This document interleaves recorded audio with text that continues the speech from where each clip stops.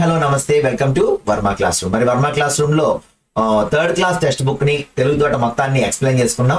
So చాలా మంది ఏమడుగుతున్నారంటే ఆ పేజ్ చెప్పలేదు సార్ అని చెప్పేసి అడుగుతున్నారు. ఇక్కడ విషయం ఏంటి అంటే నాకు 1% ఛాన్స్ ఆ బిట్ వస్తుంది అని నాకు అనిపిస్తే మాత్రం ఖచ్చితంగా దాన్ని ఎక్స్ప్లెయిన్ చేస్తాను. అలా కాదు మనకు అవసరం లేదనుకున్నప్పుడు మీ టైం వేస్ట్ చేయను, నా టైం వేస్ట్ చేసుకోను. కాబట్టి ఖచ్చితంగా నాకు 100% నాకు నమ్మకం కలిగితే మాత్రమే అది మీకు ఎక్స్ప్లెయిన్ చేస్తాను. ఎందుకంటే ఎక్కువ వేస్టేజ్ ఉండటం వల్ల మీ టైం కూడా వేస్ట్ అయిపోతుంది. ఓకేనా? కాబట్టి ఈ రోజు మనం తెలుగు తోట 4 ని మొత్తం టెక్స్ట్ బుక్ ని మరి మొత్తం ఎక్స్ప్లెయిన్ చేసుకోబోతున్నాం. ఓకేనా? మరి లేట్ ఎందుకు, స్టార్ట్ చేద్దాం.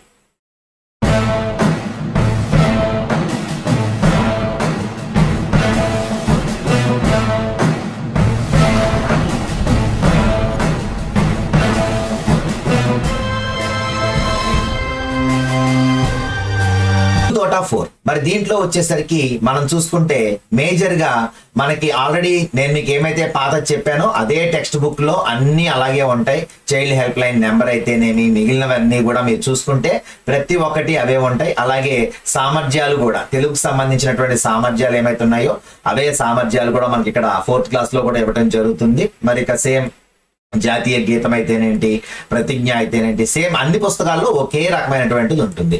సో ఇక్కడ ఉపాధ్యాయుల సూచనలు కూడా మీకు ఆల్రెడీ నేను చెప్పేశాను. ఆల్రెడీ ఎలా చదువుకోవాలి ఈ పాఠ్య భాగం అనేటువంటిది మొత్తం చెప్పేశాను నేను. కాబట్టి నేను మళ్ళీ దాన్ని నేను ముట్టుకోవటం లేదు. అలాగే నెక్స్ట్ చూసుకుంటే ఇక్కడ ఏంటి దీంట్లో మనం చూసుకుంటే దేనికి సంబంధించింది ఏమేంటి అని చూసుకుంటే 4th క్లాస్ లో ఫస్ట్ పాఠం గాంధీ మహాత్ముడు.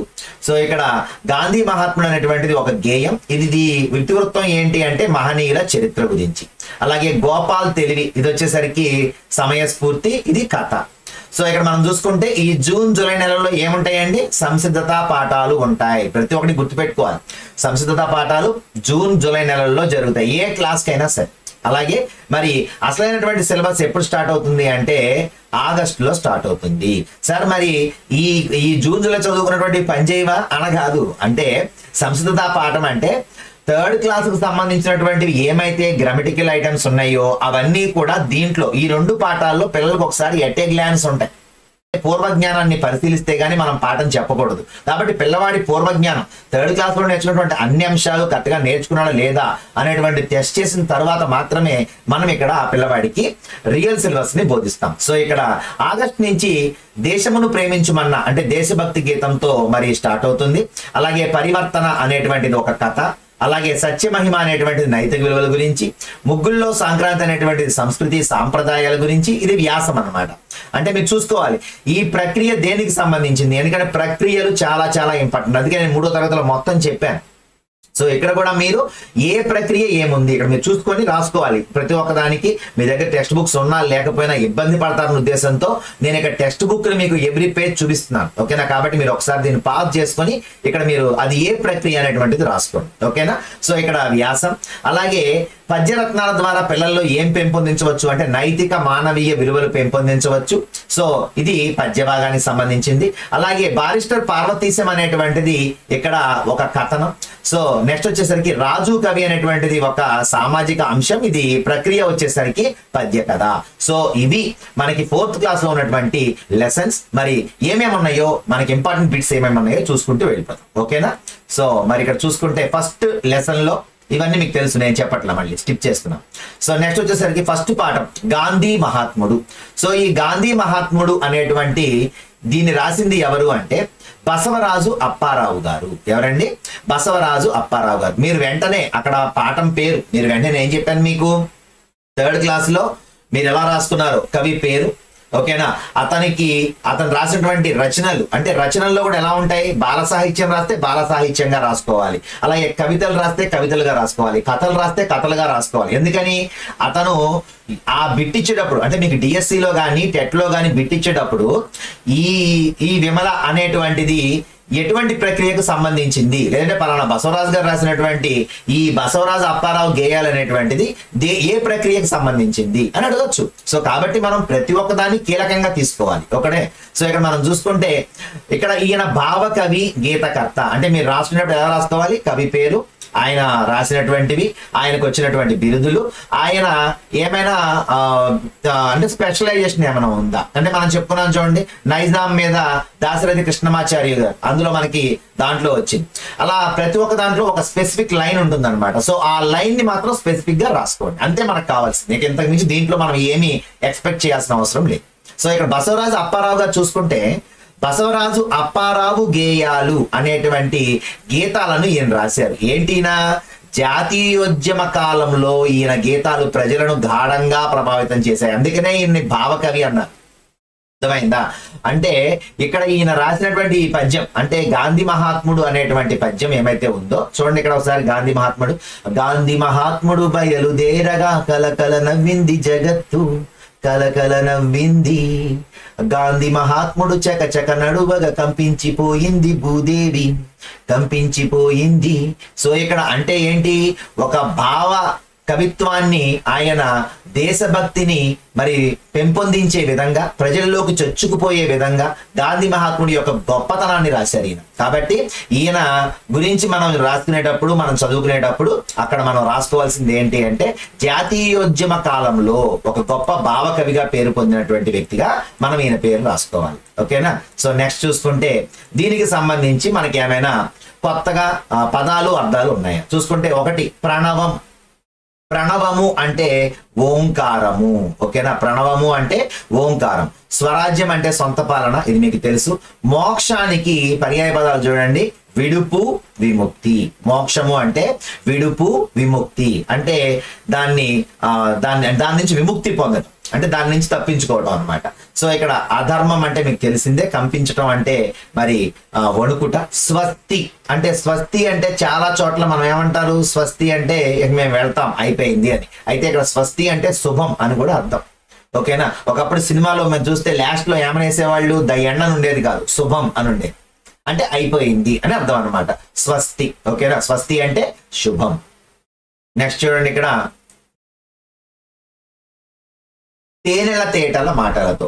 తేనెల తేటల మాటలతో మన దేశమాతనే కొలిచెదమా, భావం భాగ్యం కూర్చుకొని ఇక జీవనయానం చేయుదమా. సో ఈ పాటని ఇక్కడ మనం చూసుకుంటే ఎవరు రాశారనేటువంటి చూడండి, ఇంద్రగంటి శ్రీకాంత శర్మ గారు. ఇంద్రగంటి శ్రీకాంత శర్మ గారు మరి ఈయన జననం ఇవన్నీ నేను చెప్పట్లేదు, ఎందుకంటే అవి ఇప్పటిదాకా ఎప్పుడు రాలేదని చెప్పాను ఆల్రెడీ. ఓకేనా? సో ఇక్కడ ఈయన చూసుకుంటే ఈయన కవి, కథకులు, విమర్శకులు, తెలుగులో అనుభూతి కవిత్వానికి ప్రతినిధి. అంటే చెప్పాను మీకు స్పెషల్ లైన్ ఉంటుందని చెప్పాను ప్రతి కవిలో కూడా. ఇక్కడ స్పెషల్ లైన్ ఏంటి అంటే తెలుగులో అనుభూతి కవిత్వానికి ప్రతినిధిగా ఎవరిని పిలుస్తామంటే ఇంద్రగంటి శ్రీకాంత శర్మ గారిని పిలుస్తాం. ఓకేనా? అందుకనే ఈయన అనుభూతి గీతాలు. ఏంటమ్మా? అనుభూతి గీతాలు ఈయన యొక్క కవితా సంపుటి. ఈయన అనుభూతి కవిత్వానికి ప్రతినిధి. ఈయన రాసింది కూడా ఏంటి అంటే అనుభూతి గీతాలు అనేటువంటి కవితా సంపుటి. అలాగే ఈయన లలిత గీతకర్త, ఆకాశవాణిలో పనిచేశారు. ఓకేనా? ఆకాశవాణిలో చాలా మంది పనిచేస్తారు, రైటర్స్ అందరూ కూడా ఆకాశవాణిలో పనిచేసిన వారే. ఒకప్పుడు కథలు చెప్పడం, పాటలు పాడటం ఇవన్నీ కూడా ఒకప్పుడు రేడియో ద్వారానే ప్రజలు వినేవాళ్ళు. కాబట్టి ప్రతి ఒక్కళ్ళు కూడా అంటే కొంచెం కథకులై ఉన్నా, కథలు చెప్పేవాళ్ళైనా, సాహిత్యం పట్ల మక్కువ ఉన్న వీళ్ళందరూ కూడా ఆకాశవాణిలో పనిచేసిన వాళ్ళే. ఓకేనా? కాబట్టి ఆకాశవాణిలో పనిచేసిన వాళ్ళు ఎవరిని అడగరు మిమ్మల్ని. ఓకేనా? స్కిప్ చేయండి. రైట్, చూసుకుంటే నెక్స్ట్ ఇక్కడ తెలివైన దుప్పి. సో ఇక్కడ తెలివైన దుప్పిలో ఒకే ఒక బిట్టు మీకు వచ్చే అవకాశం ఏంటంటే దుప్పిగా ఎవరు జన్మించారు అని అడగచ్చు. బోధిసత్వుడు. ఓకేనా? బోధిసత్వుడు ఒక అడవిలో దుప్పిగా జన్మించాడు. అయితే ఈయన ఏంటి అంటే మరి పళ్ళు వాసన వస్తూ ఉంటాయి. అయితే ఆ పళ్ళు దగ్గర చూసుకుంటే మనకి ఎలా పడతాయి, ఆ పళ్ళు స్ట్రైట్ గా పడతాయి అనమాట. అలా చూసేసరికి అంటే ఆ పైనుంచి పళ్ళు వేస్తాడు, ఒక ఉచ్చేసి పైనుంచి స్ట్రైట్ గా పళ్ళు వేస్తాడు అనమాట. వేస్తే ఆ దుప్పి తెలివైన దుప్పి కాబట్టి ఓహో ఎవరో వేస్తున్నారని చెప్పేసి వాళ్ళకి చిక్కకుండా వెళ్ళిపోతుంది. అదే ఇక్కడ తెలివైన దుప్పి గురించి. ఓకేనా? సో నెక్స్ట్ చూసుకుంటే ఇది కూడా సంస్కృత పాఠమే, ఎందుకని జూలై నెలలో ఉంటుంది. గోపాల్ తెలివి ఈ పాఠం పేరు. ప్రతి పాఠం కూడా దేంతో మొదలవుతుందని చెప్పాను, సన్నివేశ చిత్రం. సన్నివేశ చిత్రం. సో నెక్స్ట్ గోపాల్ తెలివికి వచ్చేసి గోపాల్ తెలివి దీంట్లో వచ్చేసరికి రాజుగారు మరి ఏమంటారు అంటే భూమి యొక్క పొడవెంత వెడల్పెంత, అలాగే ఆకాశంలో ఎన్ని నక్షత్రాలు ఉన్నాయని చెప్పేసి అడుగుతాడు అనమాట ఒక క్వశ్చన్. అడిగితే దానికి అక్కడ ఉన్నటువంటి సామంతరాజు, ఆయన సామంతుల్లో మాల్వా రాజు జయచంద్రుడు అనేటువంటి ఒక వ్యక్తి ఉంటాడు. సో ఆ మాల్వా రాజు జయచంద్రుడు మరి అడుగుతాడనమాట, అసలు ఏంటి ఇలాంటి క్వశ్చన్ అడిగాడు ఏంటి అని చెప్పేసి అనుకుంటే గోపాల్ అనేటువంటి ఒక వ్యక్తి నేను దీనికి సమాధానం చెప్తానని చెప్పేసి ఏమంటాడంటే, మరి నాకు టైం కావాలి సార్, మరి ఇప్పుడు అవన్నీ తెలుసుకోవాలంటే చాలా టైం పడుతుంది కదా అంటే అతనికి సంవత్సరం టైం ఇస్తాడన్నమాట. ఆ సంవత్సరం టైం ఇస్తే ఇతను ఏం చేస్తాడంటే శుభ్రంగా రాట్నాల వాళ్ళ దగ్గరికి వెళ్ళి దారం వడకమని చెప్పేసి ఏం చేస్తాడు, 16 బళ్ళ దారం వచ్చేలా చూసుకుంటాడు. అలాగే ఒక 25 గొర్రెలు కొంటాడు. కొని రాజుగారి దగ్గరికి వెళ్ళేసి ఏం చెప్తాడు అంటే, అతను రండి సార్ రాజుగారు రండి అని చెప్పి బయటికి పిలిచి ఏం చెప్తాడంటే 8 బండ్ల దారంతో నేను భూమి యొక్క నిలువు కొలిచాను సార్, తక్కిన 8 బండ్ల దారంతో భూమి అడ్డం కొలతేసాను సార్, ఆ దారం కొలుచుకుంటే మీకు అర్థమైపోద్ది భూమి పొడవెంతో వెడల్పు ఎంతో అని చెప్తాడు. అలాగే నక్షత్రాలు ఎన్ని అంటాడు అనమాట. ఇదిగోండి సార్ ఈ 25 గొర్రెలు ఉన్నాయి కదా, ఈ 25 గొర్రెలకి వెంట్రుకలు ఉన్నాయి కదా, ఈ వెంట్రుకలన్నీ లెక్కెట్టారంటే మీకు నక్షత్రాల సంఖ్య ఊరినే తెలిసిపోతుంది సార్, అన్ని ఉన్నాయి కరెక్ట్గా అని చెప్తాడు అనమాట. సో ఆయన తెలివికి అందరూ మరి ప్రశంసిస్తారు. సో అది ఇక్కడ మనకి జోక్ అనమాట. ఇక విదూషకుడు అంటే ఏంటి అంటే హాస్యగాడు అని అర్థం. దర్బార్ అంటే రాజసభ. సామంతులు అంటే రాజు కింద ఉండే చిన్న రాజులు. అంటే రాజు ఏదైనా ఒక రాజ్యాన్ని జయించిన తర్వాత ఆ రాజ్యాన్ని వాళ్ళకే ఇచ్చి తన పరిపాలన కిందే ఉంటుంది, కానీ అక్కడ వాళ్ళు ఈయన యొక్క సామంతులుగా పనిచేస్తారు. సో దీన్నే ఇక్కడ రాజు కింద ఉండేటువంటి చిన్న చిన్న రాజ్యాల యొక్క రాజుల్నే సామంతులు అని పిలుస్తారు. సో ఇక్కడ గుణింతాక్షర పదాలు మీకు తెలుసు. గుణింతాక్షర పదాలు అంటే గుణింతాలు ఉండేటువంటివి. ద్విత్వాక్షర పదాలు అంటే అదే అక్షరం అదే ఒత్తు ఉంటే దాన్ని ద్విత్వాక్షరం అంటాం. చూడండి చిక్కు అలాగనమాట. అలాగే సంయుక్తాక్షరం అంటే ఒక అక్షరం వేరొక ఒత్తు. సో ఇలాంటివన్నీ కూడా సంయుక్తాక్షరం అని పిలుస్తాం. ఈ పాఠంలో ఏమేమి ఉన్నాయో అవి కనుక్కొని రాయమని చెప్పి ఇక్కడ మనకి ఎక్సర్సైజ్ గా ఇవ్వటం జరిగింది. నెక్స్ట్ చూసుకుంటే చూడగంటి అనేటువంటి పాట ఇచ్చారు. ఈ మాసపు పాట అనేటువంటి దాని పిల్లలు ఏం చేయాలండి, కంఠస్థం చేయాలి. మీకు ఫస్ట్ వీడియోలో చెప్పాను, ఇవన్నీ నేను మీకు ఫస్ట్ వీడియో చెప్పేస్తాను, అందుకని మీకు ఇంకా నేను చెప్పట్లేదు అనమాట. ఓకేనా. సో రాగం ఏంటి, చూడగంటి యొక్క రాగం ఏంటి, బృందావని రాగంలో పాడారు. అలాగే దీని యొక్క తాళం ఏంటి అంటే ఖండ తాళం. ఓకేనా. మహనీయ గణ ఘనామణుల శైలము గంటి అని మీకు అన్నమయ్య సినిమాలో ఒక పాట ఉంటది అనమాట. సో ఈ కంటి అనేటువంటిది చూడగంటి అంటే వెంకటేశ్వర స్వామిని కొలుస్తూ పాడినటువంటి పాట. సో ఇక్కడ మనం చూసుకుంటే తాళ్లపాక అన్నమయ్య గారిని ఏమని పిలుస్తారు, పద కవిత పితామహుడు అని పిలుస్తారు. ఏమని పిలుస్తారంటే తాళ్లపాక అన్నమయ్య గారిని పద కవిత పితామహుడు ఎవరు అంటే తాళ్లపాక అన్నమయ్య గారు. ఈయన సుమారు 32,000 సంకీర్తనలు రాశారని చెప్తారు. ఓకేనా. సో ఇక్కడ తాళ్లపాక అన్నమయ్య గారి భార్య గురించి మనం ఉత్తర కళ్యాణం గురించి మనం చెప్పుకున్నాం ఆల్రెడీ. ఓకేనా. ఎక్కడ 3rd క్లాస్లో. ఓకేనా. తాళ్లపాక తిమ్మక్క గురించి చెప్పుకున్నాం. ఇక్కడ తాళ్లపాక అన్నమాచార్యులు. అయితే ఈయన తాళ్లపాక అన్నమయ్య గారు ఇక్కడ మనం చూసుకుంటే తేట తెలుగు పలుకుబడి, గుర్తుపెట్టుకోండి ఇది, అక్కడ ఆవిడకి కూడా అదే చెప్పారు.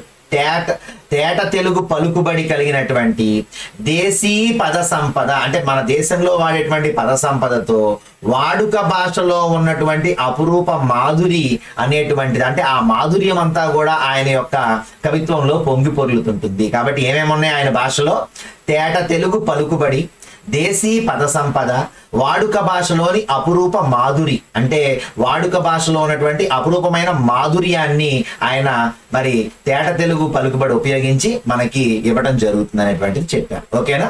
సో నెక్స్ట్ చూసుకుంటే విందులో మనకి ఇక్కడ ఏంటి అంటే సూర్యుడు చంద్రుడు వాయువు వీళ్ళందరూ విందుకి వెళ్తారు. వాళ్ళ అమ్మ పేరు నక్షత్రం భోజనం వచ్చిందని అడుగుద్ది అనమాట. అమ్మ మీరందరూ వెళ్ళినప్పుడు నేను గుర్తొచ్చానా, బాగా తినొచ్చారు కదా అంటే సూర్యుడు తర్వాత వాయువు వీళ్ళిద్దరూ గుర్తు రాలేదంటారు. కానీ చంద్రుడు మాత్రం నువ్వు గుర్తొచ్చావమ్మా అంటాడు అనమాట. నువ్వు తినే ప్రతి ముద్దకి నువ్వు గుర్తొచ్చావమ్మా అంటే అప్పుడు వాళ్ళ అమ్మ శపిస్తాను అన్నాడు సూర్యుడిని, నేనంటే నీకు ఇది లేదు, అందుకనే నీ ఎండకి ప్రజలందరూ నిన్ను డైరెక్ట్ గా కూడా చూడరు, అందుకనే గొడుగులు వేసుకుని నిన్ను తప్పించుకొని తిరుగుతారని చెప్పేసి శపిస్తుంది. వాయువుని అలాగే నిన్ను కూడా అసహించుకుంటారు అలాగే అని చెప్పేసి చెప్పుద్ది. కానీ చందమామని మాత్రం ఆశీర్వదిస్తుంది అనమాట. ఏమని? అమ్మని గుర్తు పెట్టుకున్నావు, నువ్వు అమ్మని ప్రతి ముద్దకి గుర్తు చేసుకున్నావు కాబట్టి మరి నువ్వు అమూల్యమైనటువంటి గుణం నీకు ఇస్తున్నాను, అదే చల్లదనం. నీ కిరణాలతో ప్రజలకు హాయిని ఆనందాన్ని ఇస్తావు, అందరూ నిన్ను ప్రశంసిస్తారు, నీ రాక్ కోసం ప్రజలందరూ వేచి చూస్తారని చెప్పేసి మరి ఇక్కడ ఈ కథ యొక్క భావంగా మనకి ఇవ్వడం జరిగింది. సో నెక్స్ట్ చూసుకుంటే ఇది ఎవరు రాశారు? సో చూసుకుంటే ఇక్కడ మనకి సొదుం రామ్మోహన్ గారు ఈ పాఠాన్ని రాయటం జరిగింది. సొదుం రామ్మోహన్ గారు ఈయన పత్రికా రచయిత. యాక్చువల్ గా నిఘంటు నిర్మాణం చేశారు, గుర్తుపెట్టుకోవాలి. ఇలాంటి మన స్పెషల్ గా ఏమున్నాయో ఇదే మనకి ఇంపార్టెంట్. నిఘంటు నిర్మాణం, నిఘంటు అంటే డిక్షనరీ. సో డిక్షనరీ యొక్క నిర్మాణం కూడా చేశారంట సొదుం రామ్మోహన్ గారు. అలాగే 2 దశాబ్దాల పాటు విశాలాంధ్రలో, అంటే 20 సంవత్సరాల పాటు విశాలాంధ్రలో పనిచేశారు. ఒక 10 సంవత్సరాల పాటు ఉదయం పత్రికలు, ఒకప్పుడు ఉండే ఈ 2 పత్రికలు, ఇప్పుడు కూడా ఉంది విశాలాంధ్ర, కాకపోతే ఉదయం రావడం లేదు. సో ఇక్కడ విశాలాంధ్ర, ఉదయం ఈ 2 పత్రికల్లో పనిచేసినటువంటి విశేష అనుభవం ఎవరిది అంటే సాధుం రామ్మోహన్ గారిది అని తెలుసుకోండి. ఓకేనా? సో నెక్స్ట్ మనం చూసుకుంటే దేశమును ప్రేమించుమన్నా. దేశమును ప్రేమించమన్నా మనం చిన్నప్పటి నుంచి చూస్తున్నాం. సో ఇది రాసింది ఎవరు అంటే గురజాడ వెంకట అప్పారావు గారు. గురజాడ వెంకట అప్పారావు గారు. ఈయన ఆధునిక తెలుగు కవిత్వానికి సాహిత్యానికి మార్గదర్శకులు ఎవరు? ఆధునిక తెలుగు కవిత్వానికి సాహిత్యానికి మార్గదర్శకులు ఎవరు? గురజాడ వెంకట అప్పారావు గారు. ఈయన మరి ఎన్నో రాశారు. అందులో మనకి ముఖ్యమైనటువంటిది కన్యాశుల్కం అనేటువంటి నాటకం ఆధునిక తెలుగు సాహిత్యంలోనే అత్యంత విశిష్ట రచనగా గుర్తింపు పొందిందనమాట. ఓకేనా? కన్యాశుల్కం అనే నాటకం ఆధునిక తెలుగు సాహిత్యంలోనే అత్యంత విశిష్టమైన రచనగా దేన్ని గుర్తిస్తాము అంటే కన్యాశుల్కం అనేటువంటి నాటకాన్ని గుర్తిస్తాం. ఇదే గురజాడ వెంకట అప్పారావు గారి యొక్క మరి నాటకం అని. ఓకేనా? సో నెక్స్ట్ చూసుకుంటే దేశమును ప్రేమించుమన్నా. దేశమును ప్రేమించుమన్నా మంచి అన్నది పెంచుమన్నా, ఒట్టి మాటలు కట్టి పెట్టోయ్ గట్టి మేరు తల పెట్టవోయ్, పాడి పంటలు పొంగి పొర్లే దారిలో నువ్వు పాటు పడవోయ్, తిండి కలిగితే కండ కలదోయ్ కండ కలవాడేను మనిషోయ్. సో ఇది కూడా ఎవరు రాశారు అంటే మరి గురజాడ అప్పారావు గారు రాసిందే. సో ఇక్కడ ఆయన రాసినటువంటిది అంతా కూడా చెట్ట పట్టాలు పట్టుకుని దేశస్థులంతా నడువవలెనో, అన్నదమ్ముల వలెను జాతులు మతములన్నీ మెలగవలెనోయ్ అన్నాడు. కానీ మరి మనందరం అన్నదమ్ముల్లా మెలుగుతున్నామా? ఏదో ఒకటి రాజకీయంగానో మతపరంగానో కులం పరంగానో ఎక్కడ చూసినా గొడవలు కొట్లాటలు. మరి ఎక్కడ ఉంటున్నావు ఇవన్నీ? కానీ అప్పట్లోనే ఆయన తన యొక్క మాటల్లోనే ఆయన యొక్క సాహిత్యంలోనే ప్రజలందరూ కలిసి ఉండాలి, దేశం అంటే మట్టి కాదు దేశం అంటే మనుషులు అని చెప్పారు. ఓకేనా? అంత గొప్ప మహాకవి అనమాట ఆయన. ఓకేనా? సో నెక్స్ట్ చూసుకుంటే ఒట్టి మాటలు అంటే పిచ్చి మాటలు, ఏమీ లేని మాటలు, సోది మాటలు అన్నమాట. అలాగే కద్దు అంటే ఉంది, నాకు నీ మీద అమితమైనటువంటి అభిమానం ఉందనో లేదంటే ప్రేమ ఉందనో చెప్పినప్పుడు కద్దు అంటే ఉంది, నాకు నీ మీద ప్రేమ ఉంది, కలదు, ఉన్నది అనే దానికి కద్దు అనేటువంటిది మనం ఇక్కడ వాడతాం.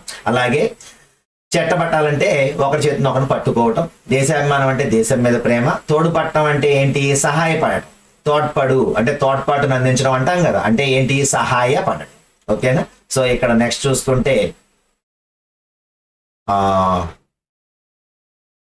చూడండి, ఇక్కడ బాల శివాజీ ఒక కథ ఇవ్వటం జరిగింది. ఏమిచ్చారు? శంభాజీ బీజాపూర్ సుల్తాను ఆస్థానంలో పనిచేసేవాడు. మరి ఆయన యొక్క నాన్నగారు ఎక్కడ పనిచేసేవారు? బీజాపూర్ సుల్తాన్ వద్ద పనిచేసేవాడు. 7th క్లాస్ లో వస్తుంది మనకి. ఓకేనా? సో మరి బీజాపూర్ సుల్తాన్ వద్ద పనిచేస్తున్నప్పుడు మరి ఆయన సుల్తాన్కి వందనం చేయాలి. ఎప్పుడైనా సరే సుల్తాన్ దగ్గరికి వెళ్తే మరి సుల్తాన్ చేతిని ముద్దు పెట్టుకునే ఆచారం కూడా ఉంది ఒకప్పుడు. అయితే సుల్తాన్కి సలాం చేయాలన్నమాట. ఆ సలాం చేయడం కోసమని తీసుకెళ్తే విదేశీయులకి శిరస్సు వంచనని చెప్పేసి ఆయన మనసులో అనుకున్నాడంట.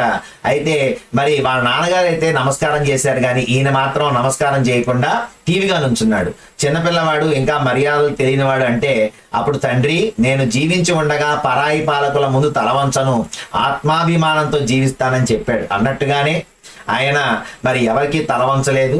మరి ఈయన్ని బంధిస్తే కూడా పారిపోయి వచ్చి మరి రాయగఢ్లో ఛత్రపతి అనే పేరుతో మరి సింహాసనాన్ని అధిష్ఠించి వీర మరాఠాగా పేరు పొందాడు. ఓకేనా? సో అంత గొప్ప వ్యక్తి అనమాట ఈ శివాజీ. సో నెక్స్ట్ చూసుకుంటే ఇక్కడ మనకి చూడండి, ఒత్తుల గురించి ఇచ్చారు. ద్విత్వాక్షర పదాలు, గుణింత పదాలు, ఇవన్నీ మీకు తెలుసు, అందుకని నేను చెప్పట్లేదు. ఓకేనా? ఇక్కడ మనకి గళ్ళలో కొన్ని పదాలు ఉన్నాయి. అంటే ఇవన్నీ తెలుసు కదా మీకు. పెంచు మన్నా అనేది ఉంది కదా ఇక్కడ చూడండి. దీన్ని రౌండ్ అప్ చేయటం, పెంచు మన్నా. అలాంటివి అసలు మనకి డిఎస్సిలో ఇస్తారా? ఇవ్వరు కదా. ఇలాంటి డిఎస్సిలో ఇస్తే మీకు 100కి 100 వచ్చేస్తాయి. కాబట్టి ఇలాంటివి ఇవ్వరు. ఓకేనా? సో నెక్స్ట్ ఇక ఇక్కడ చూసుకుంటే మనకి ఏకవచనాలు, బహువచనాలు. మాట అంటే మాటలు, చెట్టు అంటే చెట్లు, బండి అంటే బళ్ళు, జాతి అంటే జాతులు, నాయకుడు అంటే నాయకులు. చివర లు అని పెట్టినప్పుడు ఎప్పుడైతే ఆటోమేటిక్ గా అది మరి బహువచనంగా మారిపోతుంది అనమాట. ఓకేనా? వందనం, వందనాలు, దేశం, దేశాలు, బస్సు, బస్సులు, ఊరు, ఊళ్ళు. అలాగే ఆట, ఆటలు, చీమ, చీమలు, బాణం, బాణాలు, బంతి, బంతులు. సో నెక్స్ట్ చూసుకుంటే స్వాతంత్ర దినోత్సవం. మరి స్కూళ్ళలో జరిపినటువంటి ఉత్సవాలు రాయమన్నాడు. ఇవన్నీ మనకు అవసరం లేదు. నెక్స్ట్ చూసుకుంటే ఇక్కడ ప్రశ్నార్థక చిహ్నాలు. సో ఇక్కడ మనకు ప్రశ్నార్థక చిహ్నాలు ఎక్కడ వాడాలి ఏంటని అడుగుతున్నాడు. ఏంటి? ఆంధ్ర యూనివర్సిటీకి వెళ్ళాలంటే ఈ వాక్యాలు చదవండి, ఈ గుర్తుకు ఏం చేయమంటున్నాడు? 0 చుట్టమంటున్నాడు. అంటే పిల్లలకి ప్రశ్నార్థకం అనేటువంటిది పరిచయం చేయడం కోసం ప్రశ్నార్థకం ఎక్కడ ఉంది అంటే ఏ నెంబర్ బస్సు ఎక్కాలి, విమానాశ్రయానికి చేరుకోవాలంటే బస్సులు ఉంటాయా, అంటే ఇలాంటివన్నీ కూడా ఉన్నాయా లేవా అనేది చూడటం కోసం పిల్లలకి అర్థమైందా లేదా. ప్రశ్నార్థకము అంటే ఏమిటి, ఎందుకు, ఎలా, ఎక్కడ, ఇలాంటి క్వశ్చన్స్ వచ్చేవన్నీ కూడా మరి క్వశ్చన్ మార్క్స్ అవుతాయి అన్నమాట. సో ఇక్కడ నెక్స్ట్ చూసుకుంటే చూడండి, ఎవరు, ఏమేమి ఇచ్చారు చూడండి. ఇక్కడ క్వశ్చన్ వర్డ్స్ అంటే ఏంటి? ప్రశ్నార్థక పదాలు. ఎవరు, ఏమిటి, ఎలా, ఎందుకు, ఎప్పుడు, ఏది, ఎన్ని, ఎక్కడ, ఏ, ఇలాంటివి ఏదొచ్చినా కూడా మనం ఆటోమేటిక్ గా అక్కడ ప్రశ్నార్థక వాక్యంగా మనం దాన్ని తీసుకుంటాం. ఓకేనా? నెక్స్ట్ తెలుగు తల్లి. తేనె పలుకుల తెలుగు తల్లి, రవల వెలుగుల తెలుగు తల్లి, శాతవాహన శకములోపన శాంతి పాఠము నేర్పితమ్మా. సో ఇది కూడా మనం చూసుకుంటే ఎవరు రాశారు అంటే పిల్లల మర్రి వెంకట హనుమంతరావు. ఓకేనా? పిల్లల మర్రి వెంకట హనుమంతరావు. సో మీరు అబ్జర్వ్ చేస్తే గురజాడ వెంకట అప్పారావు గారు. సో చూస్తే మీకు ఇక్కడ వెంకట అని ఉండదు. ఓకేనా? వెంకట ఒకప్పుడు అంతా కూడా వెంకటేశ్వరుడు. ఓకేనా? వెంకటేశ్వరుడు కాదు, వెంకటేశ్వరుడు ఇలాగనమాట. కానీ అది తర్వాత ఏమైపోయింది? శబ్ద క్షయం జరిగింది. ఆ శబ్దం అనేటువంటిది క్రమంగా కుదించుకుపోయింది అనమాట. సో దానివల్ల వెంకట అయిపోయింది, వెంకట కాస్త. సో ఇక్కడ అన్ని కూడా పిల్లల మర్రి వెంకట హనుమంతరావు. సో ఈయన విమర్శకుడు, అలాగే కవి, సాహిత్య వ్యాసాలు, కథలు, ఏకాంకికలు, ఖండ కావ్యాలు రచించారు. మరి సాహిత్య సంపద అనేటువంటిది ఎవరి రచన? పిల్లల మర్రి వెంకట హనుమంతరావు గారిది. సో ఇక్కడ మనకి దీంట్లో మనం చూసుకుంటే సాహిత్య సంపద, అలాగే ఆంధ్రాభ్యుదయం, అలాగే కాపు పాటలు, ఈ 3 కూడా ఈయన యొక్క ఏంటి రచనలు. సో నెక్స్ట్ చూసుకుంటే కందిరీగ కిటుకు. ఇది ఎవరు రాశారు? రావూరి భరద్వాజ. ఏంటి ఈయన స్పెషాలిటీ అంటే మనకు తెలుసు. ఏంటది? యాక్చువల్గా మనకి జ్ఞానపీఠ అవార్డు 3కే వచ్చింది ఇప్పటి వరకు. 1 విశ్వనాథ సత్యనారాయణ గారు, 2 డాక్టర్ సి నారాయణ రెడ్డి గారు, 3 ఎవరు అంటే రావూరి భరద్వాజ గారు. ఓకేనా? మరి చెప్పుకున్నాం ఆల్రెడీ.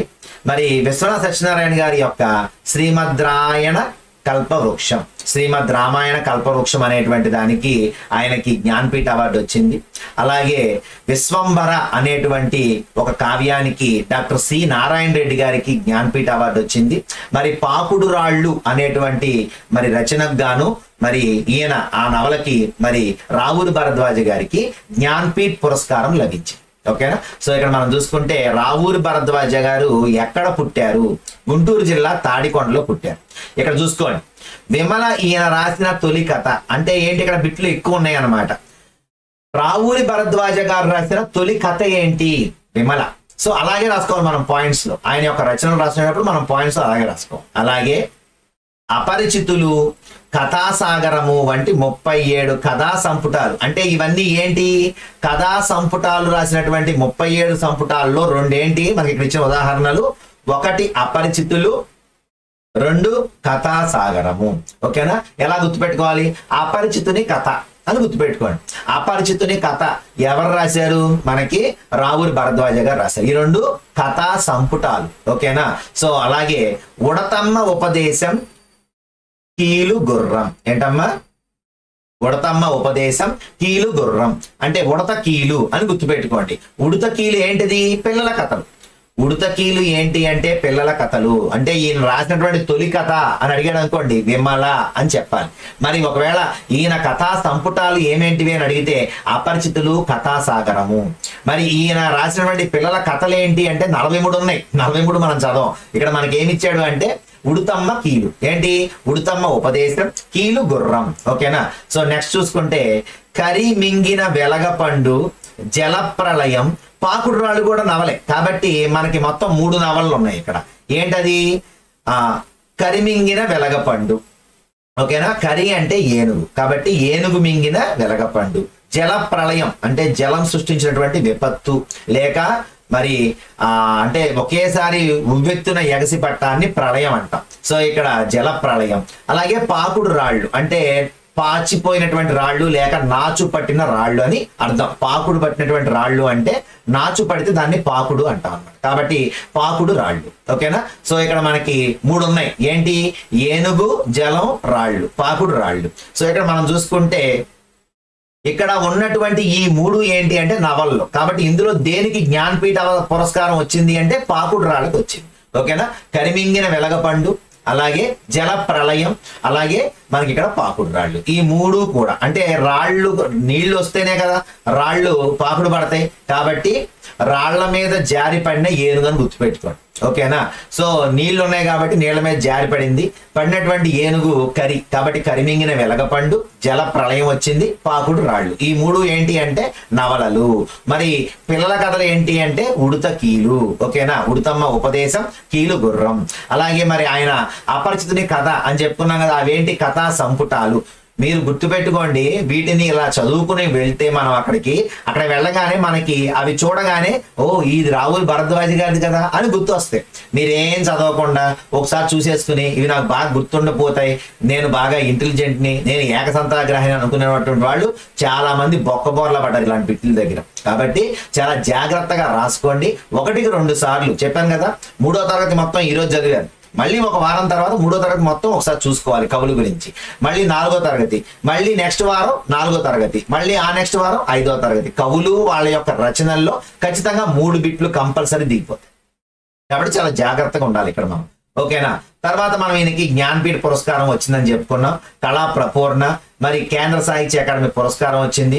సోవియట్ భూమి నెహ్రూ పురస్కారం. కొన్ని కొత్తగా ఉన్నటువంటి అవార్డులు ఏమైతే ఉన్నాయో ఇవి మాత్రమే గుర్తుపెట్టుకోండి.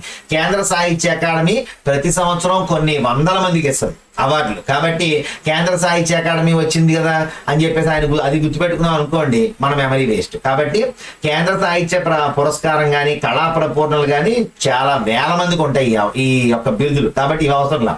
కొత్తగా ఉన్నవి సోవియట్ భూమి నెహ్రూ పురస్కారం, రాజాలక్ష్మి ఫౌండేషన్ పురస్కారం, గోపీచంద్ జాతీయ సాహిత్య పురస్కారం, కళారత్న అంటే ఆంధ్రప్రదేశ్ ప్రభుత్వం ఇచ్చేటువంటి కళారత్న బిరుదు, లోక్ నాయక్ ఫౌండేషన్ పురస్కారం వంటివి ఈయన పొందడం జరిగింది. కొంచెం గుర్తుపెట్టుకోవడానికి ట్రై చేయండి.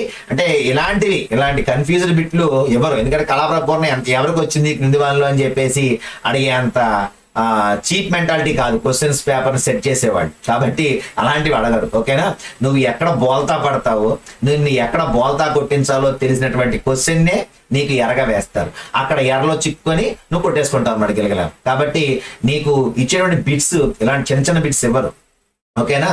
అవి ఎలా ఉంటాయి అంటే 4 ఆన్సర్లు ఒకేలా ఉన్నాయి అనిపిస్తుంది అనమాట. ఇది రైటా అని నీ బుర్ర పిచ్చెక్కిపోవాలి. అలాంటి బిట్లు ఇస్తారు అక్కడ. కాబట్టి చాలా జాగ్రత్తగా ఎక్కువ సార్లు చదివే ప్రయత్నం చేయండి. ఇక పరివర్తన, 4వ పాఠం పరివర్తన. ఇది వచ్చేసరికి వెంకట పార్వతీశ కవులు. వెంకట పార్వతీశ కవులు అంటే వీళ్ళిద్దరూ జంట కవులు. అంటే ఏంటంటే ఇద్దరు కలిసి వాళ్ళ యొక్క మనోభావాలు కలిసి అరే మన ఇద్దరం కలిసి ప్రయత్నం చేద్దాము అంటే చాలా మంది డైరెక్టర్స్ అలాగే మ్యూజిక్ డైరెక్టర్స్ ఉంటారు, రాజ్ కోటి, వీళ్ళిద్దరూ చాలా కాలం కలిసి పనిచేశారు. అర్థమైందా? అంటే వీళ్ళిద్దరిని జంట కవులు అని ఎందుకు పిలిచాము అంటే జంటగా పనిచేస్తారు. ఓకేనా? అంటే వాళ్ళకు ఉన్నటువంటి డౌట్స్ ఇతను తీరుస్తారు, ఇతను ఉన్నటువంటి డౌట్స్ అతను తీర్చుకుంటూ ఇద్దరు కలిసి చేసే ప్రయత్నాన్నే ఇక్కడ జంట కవిత్వం అని పిలుస్తారు. సో ఇక్కడ బాలాంత్రపు వెంకటరావు గారు అంటే ఈయన పేరులో ఉన్నటువంటి వెంకట, ఓలేటి పార్వతీశం గారు ఈయన పేరులో ఉన్న పార్వతీశ, ఈ రెండు కలిపి వెంకట పార్వతీశ కవులు అని పెట్టుకున్నారు పేరు. ఓకేనా? సో ఈయన చూసుకుంటే ఈయన ఇద్దరు తూర్పు గోదావరి జిల్లా వాసులే. ఈయన పిఠాపురంలో పుడితే ఈయన మల్లాంలో పుట్టారు. అంతే. వీళ్ళ అమ్మగారి పేరు నాన్నగారి పేరు అడగరు, ఎందుకంటే అమ్మగారి పేరు నాన్నగారి పేర్లు గుర్తుపెట్టుకుంటే ఇక మన జీవితం అంతా మనం డిఎస్సి రాస్తానే ఉండాలి. ఓకేనా? కాబట్టి ఇలాంటి అవసరం లేదు. నెక్స్ట్ పరివర్తన. సో పరివర్తన అంటే ఇందులో ఒక కథ ఇవ్వడం జరిగింది. ఆ కథ మీరు చదవండి, ఒకసారి చదువుకుంటే సరిపోతుంది. నెక్స్ట్ మనం చూసుకుంటే కథలన్నీ నేను చెప్పట్లేదు, ఎందుకంటే దాంట్లో మనకు అవసరమైన ఏముండవు. ఓకేనా? కాబట్టి పరివర్తన అంటే మార్పు. పరివర్తన అంటే ఏంటండి? మార్పు.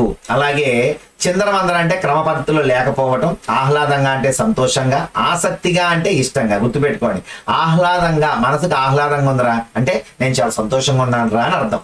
అలాగే నాకు చాలా ఆసక్తి రా, వాటి మీద ఎక్కువ ఆసక్తి చూపిస్తాను రా అన్నాడు అనుకోండి, అంటే వాటి మీద ఎక్కువ ఇష్టం అని అర్థం. ఆసక్తి అంటే ఇష్టం, ఆహ్లాదం అంటే సంతోషం. అలాగే ఆత్మీయంగా, ఆత్మీయతగా మాట్లాడతాడు రా వాడు అంటారు కదా, అంటే ఏంటి? చాలా ప్రేమగా మాట్లాడతాడు. చిన్నబుచ్చుకోవడం అంటే నిరాశ పట్టం అనమాట. ఓకేనా? ఏదైనా ఒకటి మనం తెస్తామని ఆశపడినప్పుడు రాలేదనుకోండి, ఏమవుతాడు? నిరాశ పడతాడు. ఆ నిరాశ పట్టాన్నే చిన్నబుచ్చుకుంటాడు అని అంటారు అనమాట. ఓకేనా? సో నెక్స్ట్ చూసుకోండి, ఇక్కడ కాకి ఇక్కడ తోటలోకి వెళ్తుంది అంటే అతను అన్నిటినీ అడుగుతాడు అనమాట. ఆడుకుందామా అంటే అవన్నీ ఎవరి పనిలో బిజీగా ఉంటాయి. సో ఇతని పని ఏంటి? స్కూల్కి వెళ్ళి చదువుకోవాలి. అయ్యో అన్ని పనులు చేసుకుంటున్నా, నేను మాత్రమే ఏ pని చేసుకోవట్లేదు అనేటువంటి దాన్ని ఇతను ఫీల్ అవుతాడు. అదే ఇక్కడ మనకి స్టోరీ అన్నమాట.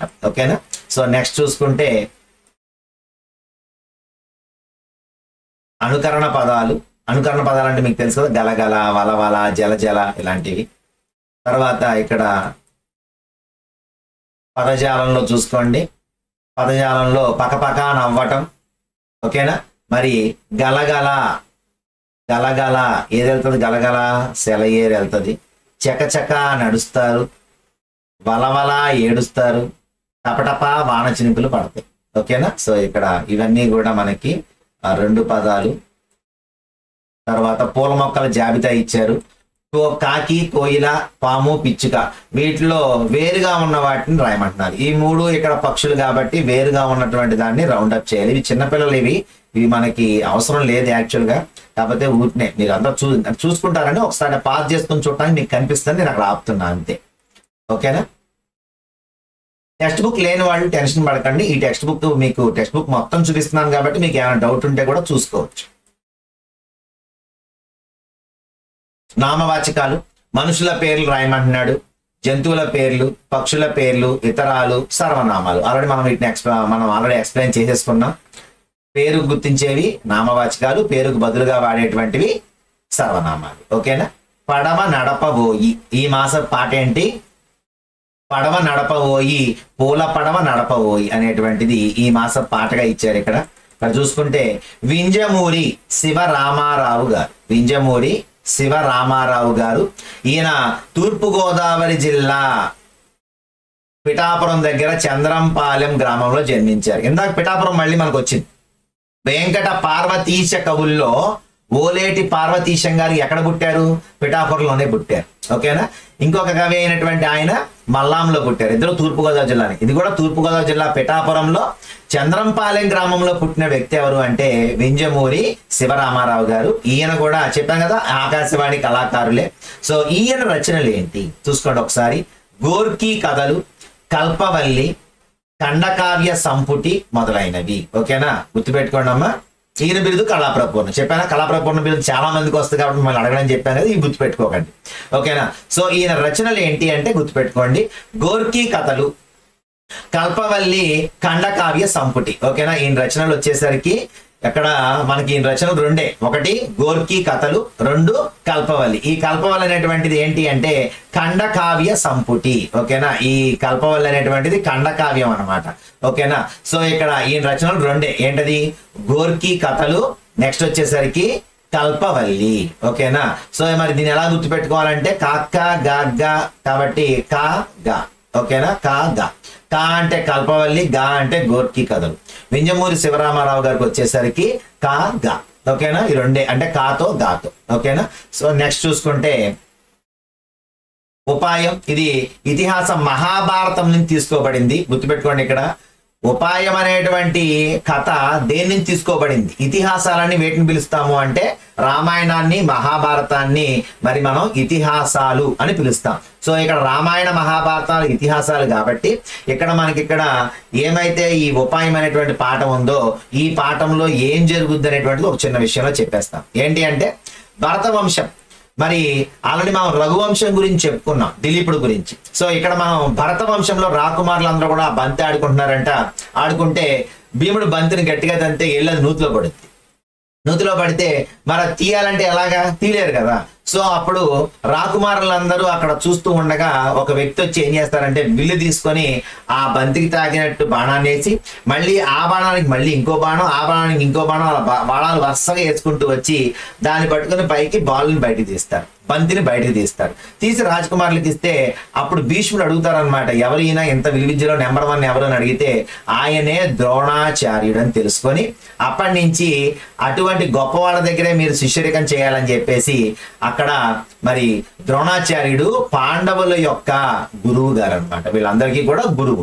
మరి ఇదే ద్రోణాచార్యుడి దగ్గర నుంచి మరి చాటుగా వీళ్ళకి నేర్పిస్తున్నప్పుడు చూసి ఏకలవ్యుడు ఏం చేస్తాడు, విలువిద్య నేర్చుకుంటాడు.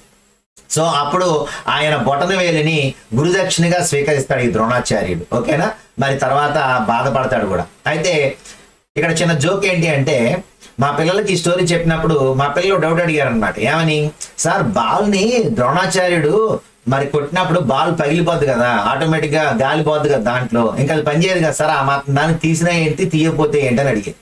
సో ఇలాంటి గొప్ప తెలివైన పిల్లలకి మీరు రేపొద్దున పాఠాలు చెప్పబోతున్నారు కాబట్టి చాలా బాగా ప్రిపేర్ కావాలి. ఓకేనా, సో నెక్స్ట్ చూసుకుందాం.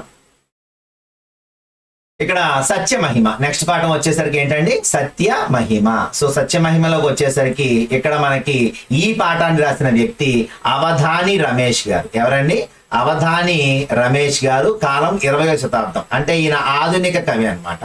సో ఇక్కడ మనం చూసుకుంటే ఈయన రాసినటువంటి రచన గుజ్జన గూళ్ళు. ఏంటమ్మా, గుజ్జన గూళ్ళు. గుర్తుపెట్టుకోండి, గుజ్జన గూళ్ళు ఎవరు అంటే అవధాని రమేష్. ఓకేనా, సో ఈయన ఆంధ్ర రాష్ట్రంలో కర్నూలు జిల్లా అవుకు అగ్రహారంలో జన్మించారు. తల్లిదండ్రులు సుబ్రహ్మణ్య శాస్త్రి, సావిత్రమ్మ. రచనలు చూసుకోండి, కాసుల పేరు, ప్రతీకారం, 3 మంచి కథలు. ఏంటండి, కాసుల పేరు, ప్రతీకారం, 3 మంచి కథలు. ఓకేనా, సో ఇక్కడ రమేష్ గారు, ఓకేనా, రమేష్ గారు మరి ప్రతీకారం తీర్చుకోవడానికి 3 కాసులు తీసుకెళ్ళారు. ఏంటి, రమేష్ గారు ఏం చేశారు, ప్రతీకారం తీర్చుకోవడానికి 3 కాసులు తీసుకెళ్లారు రమేష్ గారు. ఓకేనా, రమేష్ గారు ప్రతీకారం తీర్చుకోవడానికి, అంటే ఎవరైతే ఈయనకి అన్యాయం చేశారో వాళ్ళ మీద ప్రతీకారం తీర్చుకోవడానికి 3 కాసులు తీసుకెళ్లారు. ఏంటా 3 కాసులు అంటే ఇక్కడ ప్రతీకారం అనేటువంటిది ఈయన రాసినటువంటి రచన. అలాగే 3 అంటే 3 మంచి కథలు, కాసులు అంటే కాసుల పేరు. ఇక గుజ్జనగూళ్ళు మీకు ఈ పాఠం గుజ్జనగూళ్ళ నుంచి గ్రహించబడింది కాబట్టి అది నేను చెప్పట్లేదు. ఓకేనా, అలాగే ఈయన రాసినటువంటి 3 ఏంటి అంటే రమేష్ గారు ప్రతీకారం తీర్చుకోవడానికి 3 కాసులు తీసుకెళ్లారు. ఓకేనా, సో ఇది మీకు ఇక్కడ కోడ్. నెక్స్ట్ సత్యమహిమలో మీ అందరూ తెలిసిందే, గొడ్డలి మరి లోపలికి పడిపోతుంది. పడిపోతే మరి గంగామాత ప్రత్యక్షమయ్యి మరి ఈ గొడ్డలి నీదేనా అని బంగారం చూపిస్తుంది, తర్వాత వెండి చూపిస్తుంది, తర్వాత ఇనుము చూపిస్తుంది. మరి అతని యొక్క సత్యనిరతికి మెచ్చి ఆ 3 గొడ్డళ్ళు ఆయనకి ఇచ్చేస్తారు అనమాట. ఓకేనా, సో ఇది ఒరిజినల్ కథ. మరి ఇక్కడ నెక్స్ట్ వచ్చేస్తుంటే ఇక్కడ చూసుకుంటే ఇది పద్య కవిత కాబట్టి దీనిలో చాలా బిట్స్ మనకి వచ్చే అవకాశం ఉంది. మహిమ అంటే గొప్పతనం, అకళంక అంటే కళంకము లేనటువంటి, మచ్చ లేనటువంటి, చెడు గుణాలు లేనటువంటి అని అర్థం. చరితుండు అంటే చరిత్ర కలవాడు, ప్రవర్తన కలవాడు అని. సత్యవ్రతంబు అంటే ఎప్పుడు కూడా సత్యాన్నే చెప్పటం. నిత్యము అంటే ఎల్లప్పుడు. గతి అంటే గతి అంటే అది వెళ్ళే మార్గం అంటాం కదా. సో ఇక్కడ జీవితం గడిచే విధానాన్ని గతి అంటాం. తెన్నులు చూసి అంటే ఎదురు చూసి, ఓకేనా. అలాగే మోము అంటే ముఖము, తత్తరం అంటే గాబరా, తత్తరపాటు పడుతున్నాం ఏంట్రా అంటారు, తత్తరం అంటే గాబరా పట్టం. ఆర్తి, ఓకేనా, దుఃఖం, ఓకేనా. ఆర్తి అంటే ఏంటి, దుఃఖం, ఓకేనా. నెక్స్ట్ కని, కని అంటే పిల్లల్ని కనటం అంటాం కదా, కనటము అంటే వేరు, చూడటము అంటే వేరు. సో ఇక్కడ కని అనేటువంటి దాన్ని వచ్చినప్పుడు మనం చూసి అని గుర్తుపెట్టుకోవాలి. అలాగే దీనత అంటే దారిద్ర్యం. అలాగే కరుణకి పర్యాయ పదాలు చూడండి, దయ, జాలి. అలాగే మిరుమిట్లు అంటే మెరుగులు. మది అంటే మనసు, బుద్ధి. మొగంబు అంటే ముఖము కాబట్టి ముఖము. మిసిమి అంటే నూతన కాంతి, మిసిమి అంటే నూతన కాంతి, కొత్త వెలుగు అనమాట, ఓకేనా. అలాగే బహుమానం అంటే కానుక. వన్నె అంటే అందము, రంగు, ఓకేనా. వన్నె అంటే అందము, రంగు. ఇక్కడ గుర్తుపెట్టుకోవాల్సింది ఇదొకటి, ఇదొకటి. అలాగే చెన్ను, ఓకేనా. వన్నె అన్నా, చెన్ను అన్నా, రంగు అన్నా, అందం అన్నా ఒకటే. కాబట్టి ఇక్కడ చూడండి మనకి వచ్చేటువంటి అవకాశం ఉన్నటువంటివి ఇవి అన్నమాట. కాబట్టి వీటిని కొంచెం జాగ్రత్తగా రాసి పెట్టుకొని 1-2 సార్లు చూసుకోండి, ఓకేనా. సో నెక్స్ట్ చూడండి.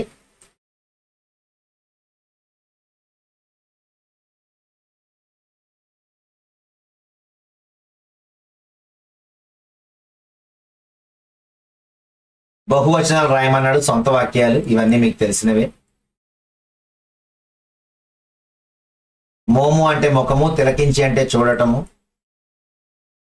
ఇక్కడ మనకి పదాలతో అంటే ఆధారాలు ఇచ్చాడు, వాటితో మనం కొత్త పదాన్ని అనుకోమన్నాడు. క్షీరాన్నము అంటే ఏంటి, పాయసము, ఓకేనా. క్షీరాన్నము అంటే పాయసము లేదంటే పరమాన్నము అంటాం. కానీ మనకి ఇక్కడ పరమాన్నానికి మరి ఇక్కడ పా ఉండాలి, కానీ ఇక్కడ మనకి ఉంది కాబట్టి పాయసము అనేటువంటిదే కరెక్ట్ అన్నమాట. అలాగే శరీరంలో ఒక భాగం ఏంటది, పాదము. అలాగే పుణ్యం కానిది పాపము. అలాగే ఒక పక్షి పావురము. అలాగే రాయి అంటే పాషాణము, పాషాణము అంటే రాయి, ఓకేనా. పాషాణ హృదయం ఏంట్రా నీది అంటారు, అంటే రాయి లాంటి హృదయం ఏంట్రా నీది అంటారు. అలాగే ఒక పక్క పార్శ్వము అంటారు, ఒక పక్క అంటే పార్శ్వము అంటే చెయ్యి. అలాగే పక్క భాగం, పక్క భాగం అంటే ఒక పక్కన చూపించేదాన్ని పార్శ్వము అంటారు. అలాగే బెల్లంతో చేసేది శ్రీరామనవమికి మీ అందరికి ఇష్టమైంది పానకము. సో ఇవి ఇక్కడ మనకి అడిగినటువంటివి. నెక్స్ట్ చూసుకుంటే ఇక్కడ ఏమి వాళ్ళిద్దరి మధ్య సంభాషణ ఇచ్చాడు, ప్రాజెక్టు పని, భాషాంశాలు. భాషాంశాల్లో ఆల్రెడీ మనం క్రియాపదాలు చెప్పేసుకున్నాం. అంటే ఏమైతే క్రియ అంటే పని ఏముందో, కొన్నాడు పని, ఆడారు పని, రాసింది పని, చేసింది పని, గీశాడు పని, పాడాడు పని. కాబట్టి ఇవన్నీ కూడా క్రియాపదాలుగా గుర్తుపెట్టుకోండి. ఏమైతే పని చేస్తారో ఆ పనిని మనం పిలుస్తాం. అలాగే ఇక్కడ కన్నడ గేయం, ఓ చెలువిన ఆ ముద్దిన చెలువిన మద్దిన మక్కలే అనేటువంటిది ఇక్కడ ఈ కన్నడ గేయం. అంటే యాక్చువల్గా ఒక ప్రాంతీయ భాషలో ఉన్నటువంటి వాళ్ళు ఇంకొక ప్రాంతీయ భాష ఎలా ఉంటుందో తెలుసుకోవాలనే ఉద్దేశంతో ఇక్కడ ఎన్సీఈఆర్టీ వాళ్ళు పాఠ్య పుస్తకాల్లో మన పాఠ్య పుస్తకాల్లో కన్నడ పెట్టారు. అలాగే కన్నడ పాఠ్య పుస్తకాల్లో మన చుట్టుపక్కల ఉన్నటువంటివి అంటే మహారాష్ట్ర, తమిళనాడు, కేరళ ఇలాంటి పాటలన్నీ కూడా మీరు కూడా వింటే ఆ భాషల యొక్క ప్రాశస్త్యం పిల్లలకు తెలుస్తున్న ఉద్దేశంతో వేరే ఒక భాష గేయం ఇవ్వటం జరిగింది. సో దానిలో భాగంగా 4వ తరగతిలో మనకిచ్చిన గేయం ఏంటి అంటే ఓ చెలువిన ఆ ముద్దిన. ఈ రెండు గుర్తుపెట్టుకోండి. ఒకవేళ మిమ్మల్ని అడగచ్చు చెలువిన ముద్దిన మక్కలే అనేటువంటిది ఏ భాషకు సంబంధించినటువంటి పాటగా 4వ తరగతి టెక్స్ట్ బుక్ లో ఇచ్చారంటే కన్నడ గేయం. సో ఇది గుర్తుపెట్టుకోండి, ఓకేనా. సో ఇక్కడ ఏంటి అంటే దీని అర్థం ముద్దులోకే పాప ఇల్లారా, మీరు ప్రతి ఇంట్లో మీరు వికసిస్తూనే ఉంటారు, మీ అంతటా మీరే నేర్చుకుంటారు, తల్లిదండ్రులు చెప్పినటువంటివన్నీ నడుచుకుంటూ ఉంటారు, గురువులు చెప్పిన పాఠాలు నేర్చుకుంటారు అని చెప్పేసి పిల్లల గురించి ఇచ్చినటువంటిది అన్నమాట. ఇదంతా కూడా మీరు వికసిస్తూ ఉంటారు, సోదరుల పట్ల సోదర భావంతో ఉంటారు, కష్టాల్లో ఉన్న వారికి సాయం చేస్తూ ఉంటారు, మనమంతా ఒకడనే భావంతో ఉంటారు, ప్రతి ఇంట్లో మీరు వికసిస్తూ ఉంటారని చెప్పేసి పిల్లల యొక్క గుణాలని పొగుడుతూ రాసినటువంటి పాట, ఓకేనా. సో నెక్స్ట్ వచ్చేసరికి మర్యాద రామన్న కథలలో నుంచి, మర్యాద రామన్న కథల్లో నుంచి మనకి ఇచ్చినటువంటి కథ ఏంటి అంటే ఏ కాలుది నేరం.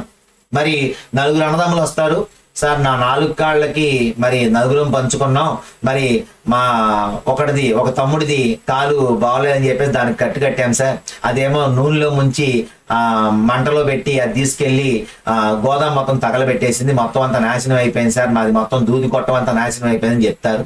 చెప్తే అందరూ ఏమనుకుంటారంటే ఇతను చేసింది వీళ్ళ ముగ్గురిది కరెక్టే, ఇతందే తప్పు అనుకుంటారు. కానీ మర్యాద రామన్న ఏం చెప్తాడు అంటే 3 కాళ్ళు బాగున్నాయి, ఆ కాలు బాగాలేదు కాబట్టి కొట్టంలోకి వెళ్ళింది ఆ 3 కాళ్ళతో, కాబట్టి మీరే అతనికి డబ్బులు ఇవ్వాలని చెప్పేసి రివర్స్ లో చెప్తాడు అనమాట. సో దీన్ని అందరూ ఎందుకే తెలివైనడు అయ్యో మర్యాద రామన్న అని చెప్పేసి అతన్ని పొగుడుతారు. సో దాన్నే ఇక్కడ మీకు ఒక చిన్న కథగా ఇవ్వడం జరిగింది. ఇక ముగ్గుల్లో సంక్రాంతి ఏంటి, ముగ్గుల్లో సంక్రాంతి అనేది చూసుకుంటే ఇక్కడ ముగ్గులు సంక్రాంతికి ఏమేం చేస్తామో గొబ్బెమ్మళ్ళు అవన్నీ కూడా ఇవ్వడం జరిగింది. సో ఇక్కడ మనకి మెయిన్ గా ఉపయోగపడేది ఏంటి అంటే ముత్యాల ముగ్గుల్లో గొబ్బిళ్ళలో. మరి ఈ పాట ప్రతి సంక్రాంతికి మనకు వినిపిస్తూనే ఉంటుంది. అలాగే మనం చూసుకుంటే గంగిరెద్దులు అనేటువంటిది, భోగి మంట అనేటువంటిది, గాలిపటాలు అనేటువంటిది ఎక్కువగా మనకి ఇక్కడ కనిపిస్తూ ఉంటుంది. భోగి మంటకు ఏ పిడకలు వాడతారు అంటే ఆవు పేడ పిడకలు వాడతారనమాట. ఓకేనా. సో నెక్స్ట్ వచ్చేసరికి మరి భోగి పండగ రోజు భోగి మంటలో ఏం వేస్తారు అంటే పాత కర్ర సామాను ఎండుకట్లు కూడా వేస్తారు. మరి భోగి రోజు వేసేటువంటి భోగి పళ్ళలో చిన్న పిల్లల మీద భోగి పళ్ళు పోస్తారు. ఏమేముంటాయి దాంట్లో అంటే రేగుపళ్ళు, శనగలు, చెరుకు ముక్కలు, చిల్లర డబ్బులు, బంతిపూల రేకులు, ఇవన్నీ కలిపి పిల్లల మీద ఆశీర్వచనంగా చిన్న పిల్లలకు చంటి పిల్లలకు భోగి పళ్ళు పోస్తారు. సో ఇది ఇక్కడ మనకి ఇవ్వడం జరిగింది. తర్వాత ఇక్కడ మనం చూసుకుంటే ధనుస్సు ముగ్గు. ఏంటి ధనుస్సు ముగ్గు అంటే ధనుస్సు సంక్రమణం రోజున, అంటే సూర్యుడు ధనుస్సు రాశిలో ప్రవేశించడాన్నే ధనుర్మాసం అంటారు. ఓకేనా. మకర రాశిలో ప్రవేశిస్తే అది మకర సంక్రాంతి. మరి ధనుస్సు సంక్రమణము అంటే ఏంటి, ఇక్కడ ధనుస్సు రాశిలో ప్రవేశించడం. ఇక్కడ ముగ్గులో హరిదాసులు, పూర్ణ కలశం, పొంగలి కుండలు కనపడుతున్నాయి. అలాగే అదే ముగ్గులో చెరుకు ముక్కలు ఉన్నాయి, అదే ముగ్గులో ధాన్య బస్తాల బండి ఉంది. అంటే వాళ్ళు వేసిన బొమ్మలో ఏమేమి ఉన్నాయని చూపిస్తున్నారు ఇక్కడ, అంతే. అలాగే కోడి పుంజుల ముగ్గు, అలాగే వాళ్ళు పొట్టేళ్ల పందాలు వేస్తారు, ఎడ్ల బండి పందాలు వేస్తారు, గుర్రపు స్వారీ, సంగిడి రాళ్లు ఎత్తడం, కుస్తీ పోటీలు, కబడ్డీ, వాలీబాల్ ఇవన్నీ కూడా పెడతారు సంక్రాంతికి. ప్రతి సంక్రాంతికి ఆల్రెడీ గత 3 సంవత్సరాల నుంచి మరి ప్రభుత్వాలు కూడా వీటిని ఒక ప్రతిష్టాత్మకమైనటువంటి విధానంగా ప్రతి మండల కేంద్రంలో కూడా నిర్వహించడం జరుగుతుంది. అలాగే బొమ్మల కొలువులు పెడతారు. చిన్నపిల్లలు మరి బొమ్మల కొలువులు మంచి చిన్న బొమ్మలన్నీ కూడా మంచిగా మెట్లలాగా చేసుకుంటూ బొమ్మల కొలువు కూడా పెడుతూ ఉంటారు. అలాగే కొన్ని ప్రాంతాల్లో ప్రమాదకరమైనటువంటి ఆచారాలు కూడా ఉన్నాయి. మీకు తెలుసు తమిళనాడులో ఉన్నటువంటి జల్లికట్టు అనేటువంటిది ప్రమాదకరమైన ఆచారం. మరి ఆబోతుల్ని ఎద్దుల్ని వదిలి వాటిని పట్టుకొని లొంగదీస్తూ ఉంటారు. కానీ ఎంతో మంది చనిపోతూ ఉంటారు, అలాగే రక్తసిక్తం అయిపోతుంటారు, అవయవాలు కోల్పోతూ కూడా ఉంటారు. సో ఇలాంటి ప్రమాదకరమైన ఆటలు కూడా ఈ సంక్రాంతికి ఆడుతూ ఉంటారు.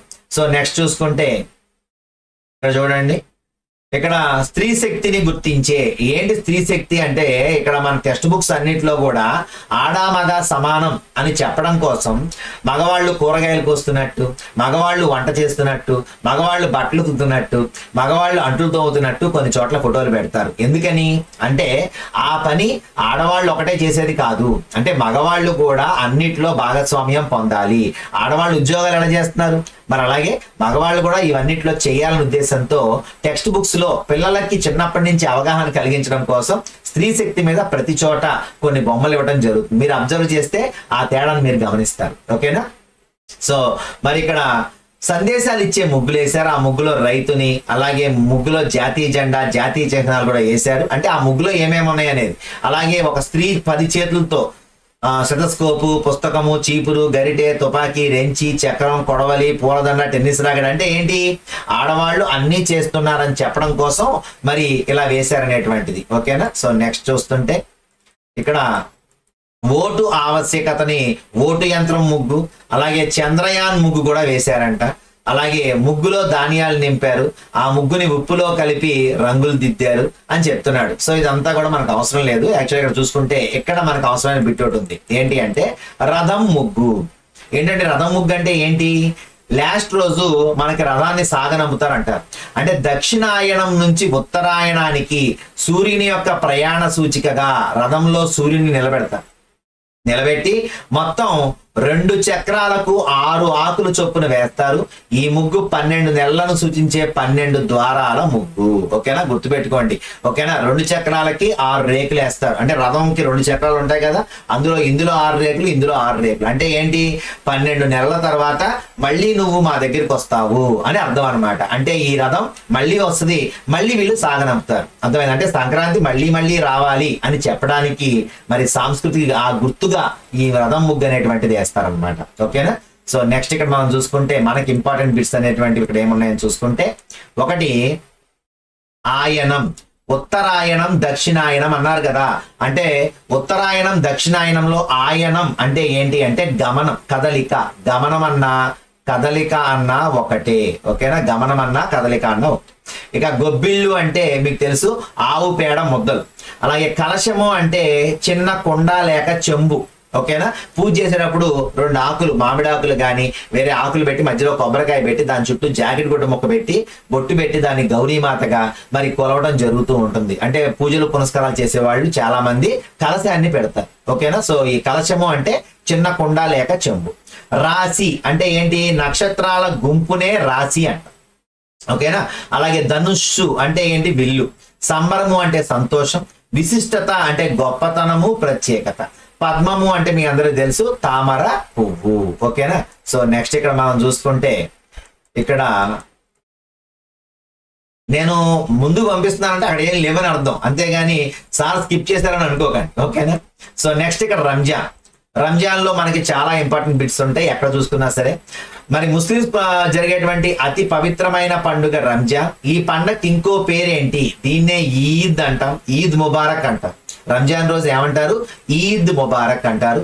అలాగే దీన్నే ఈద్ ఉల్ ఫితర్ అంటారు. ఈద్ ఉల్ ఫితర్, ఈద్ ఉల్ ఫితర్ అన్నా ఓకేనా, రంజాన్ అన్నా ఒకటే.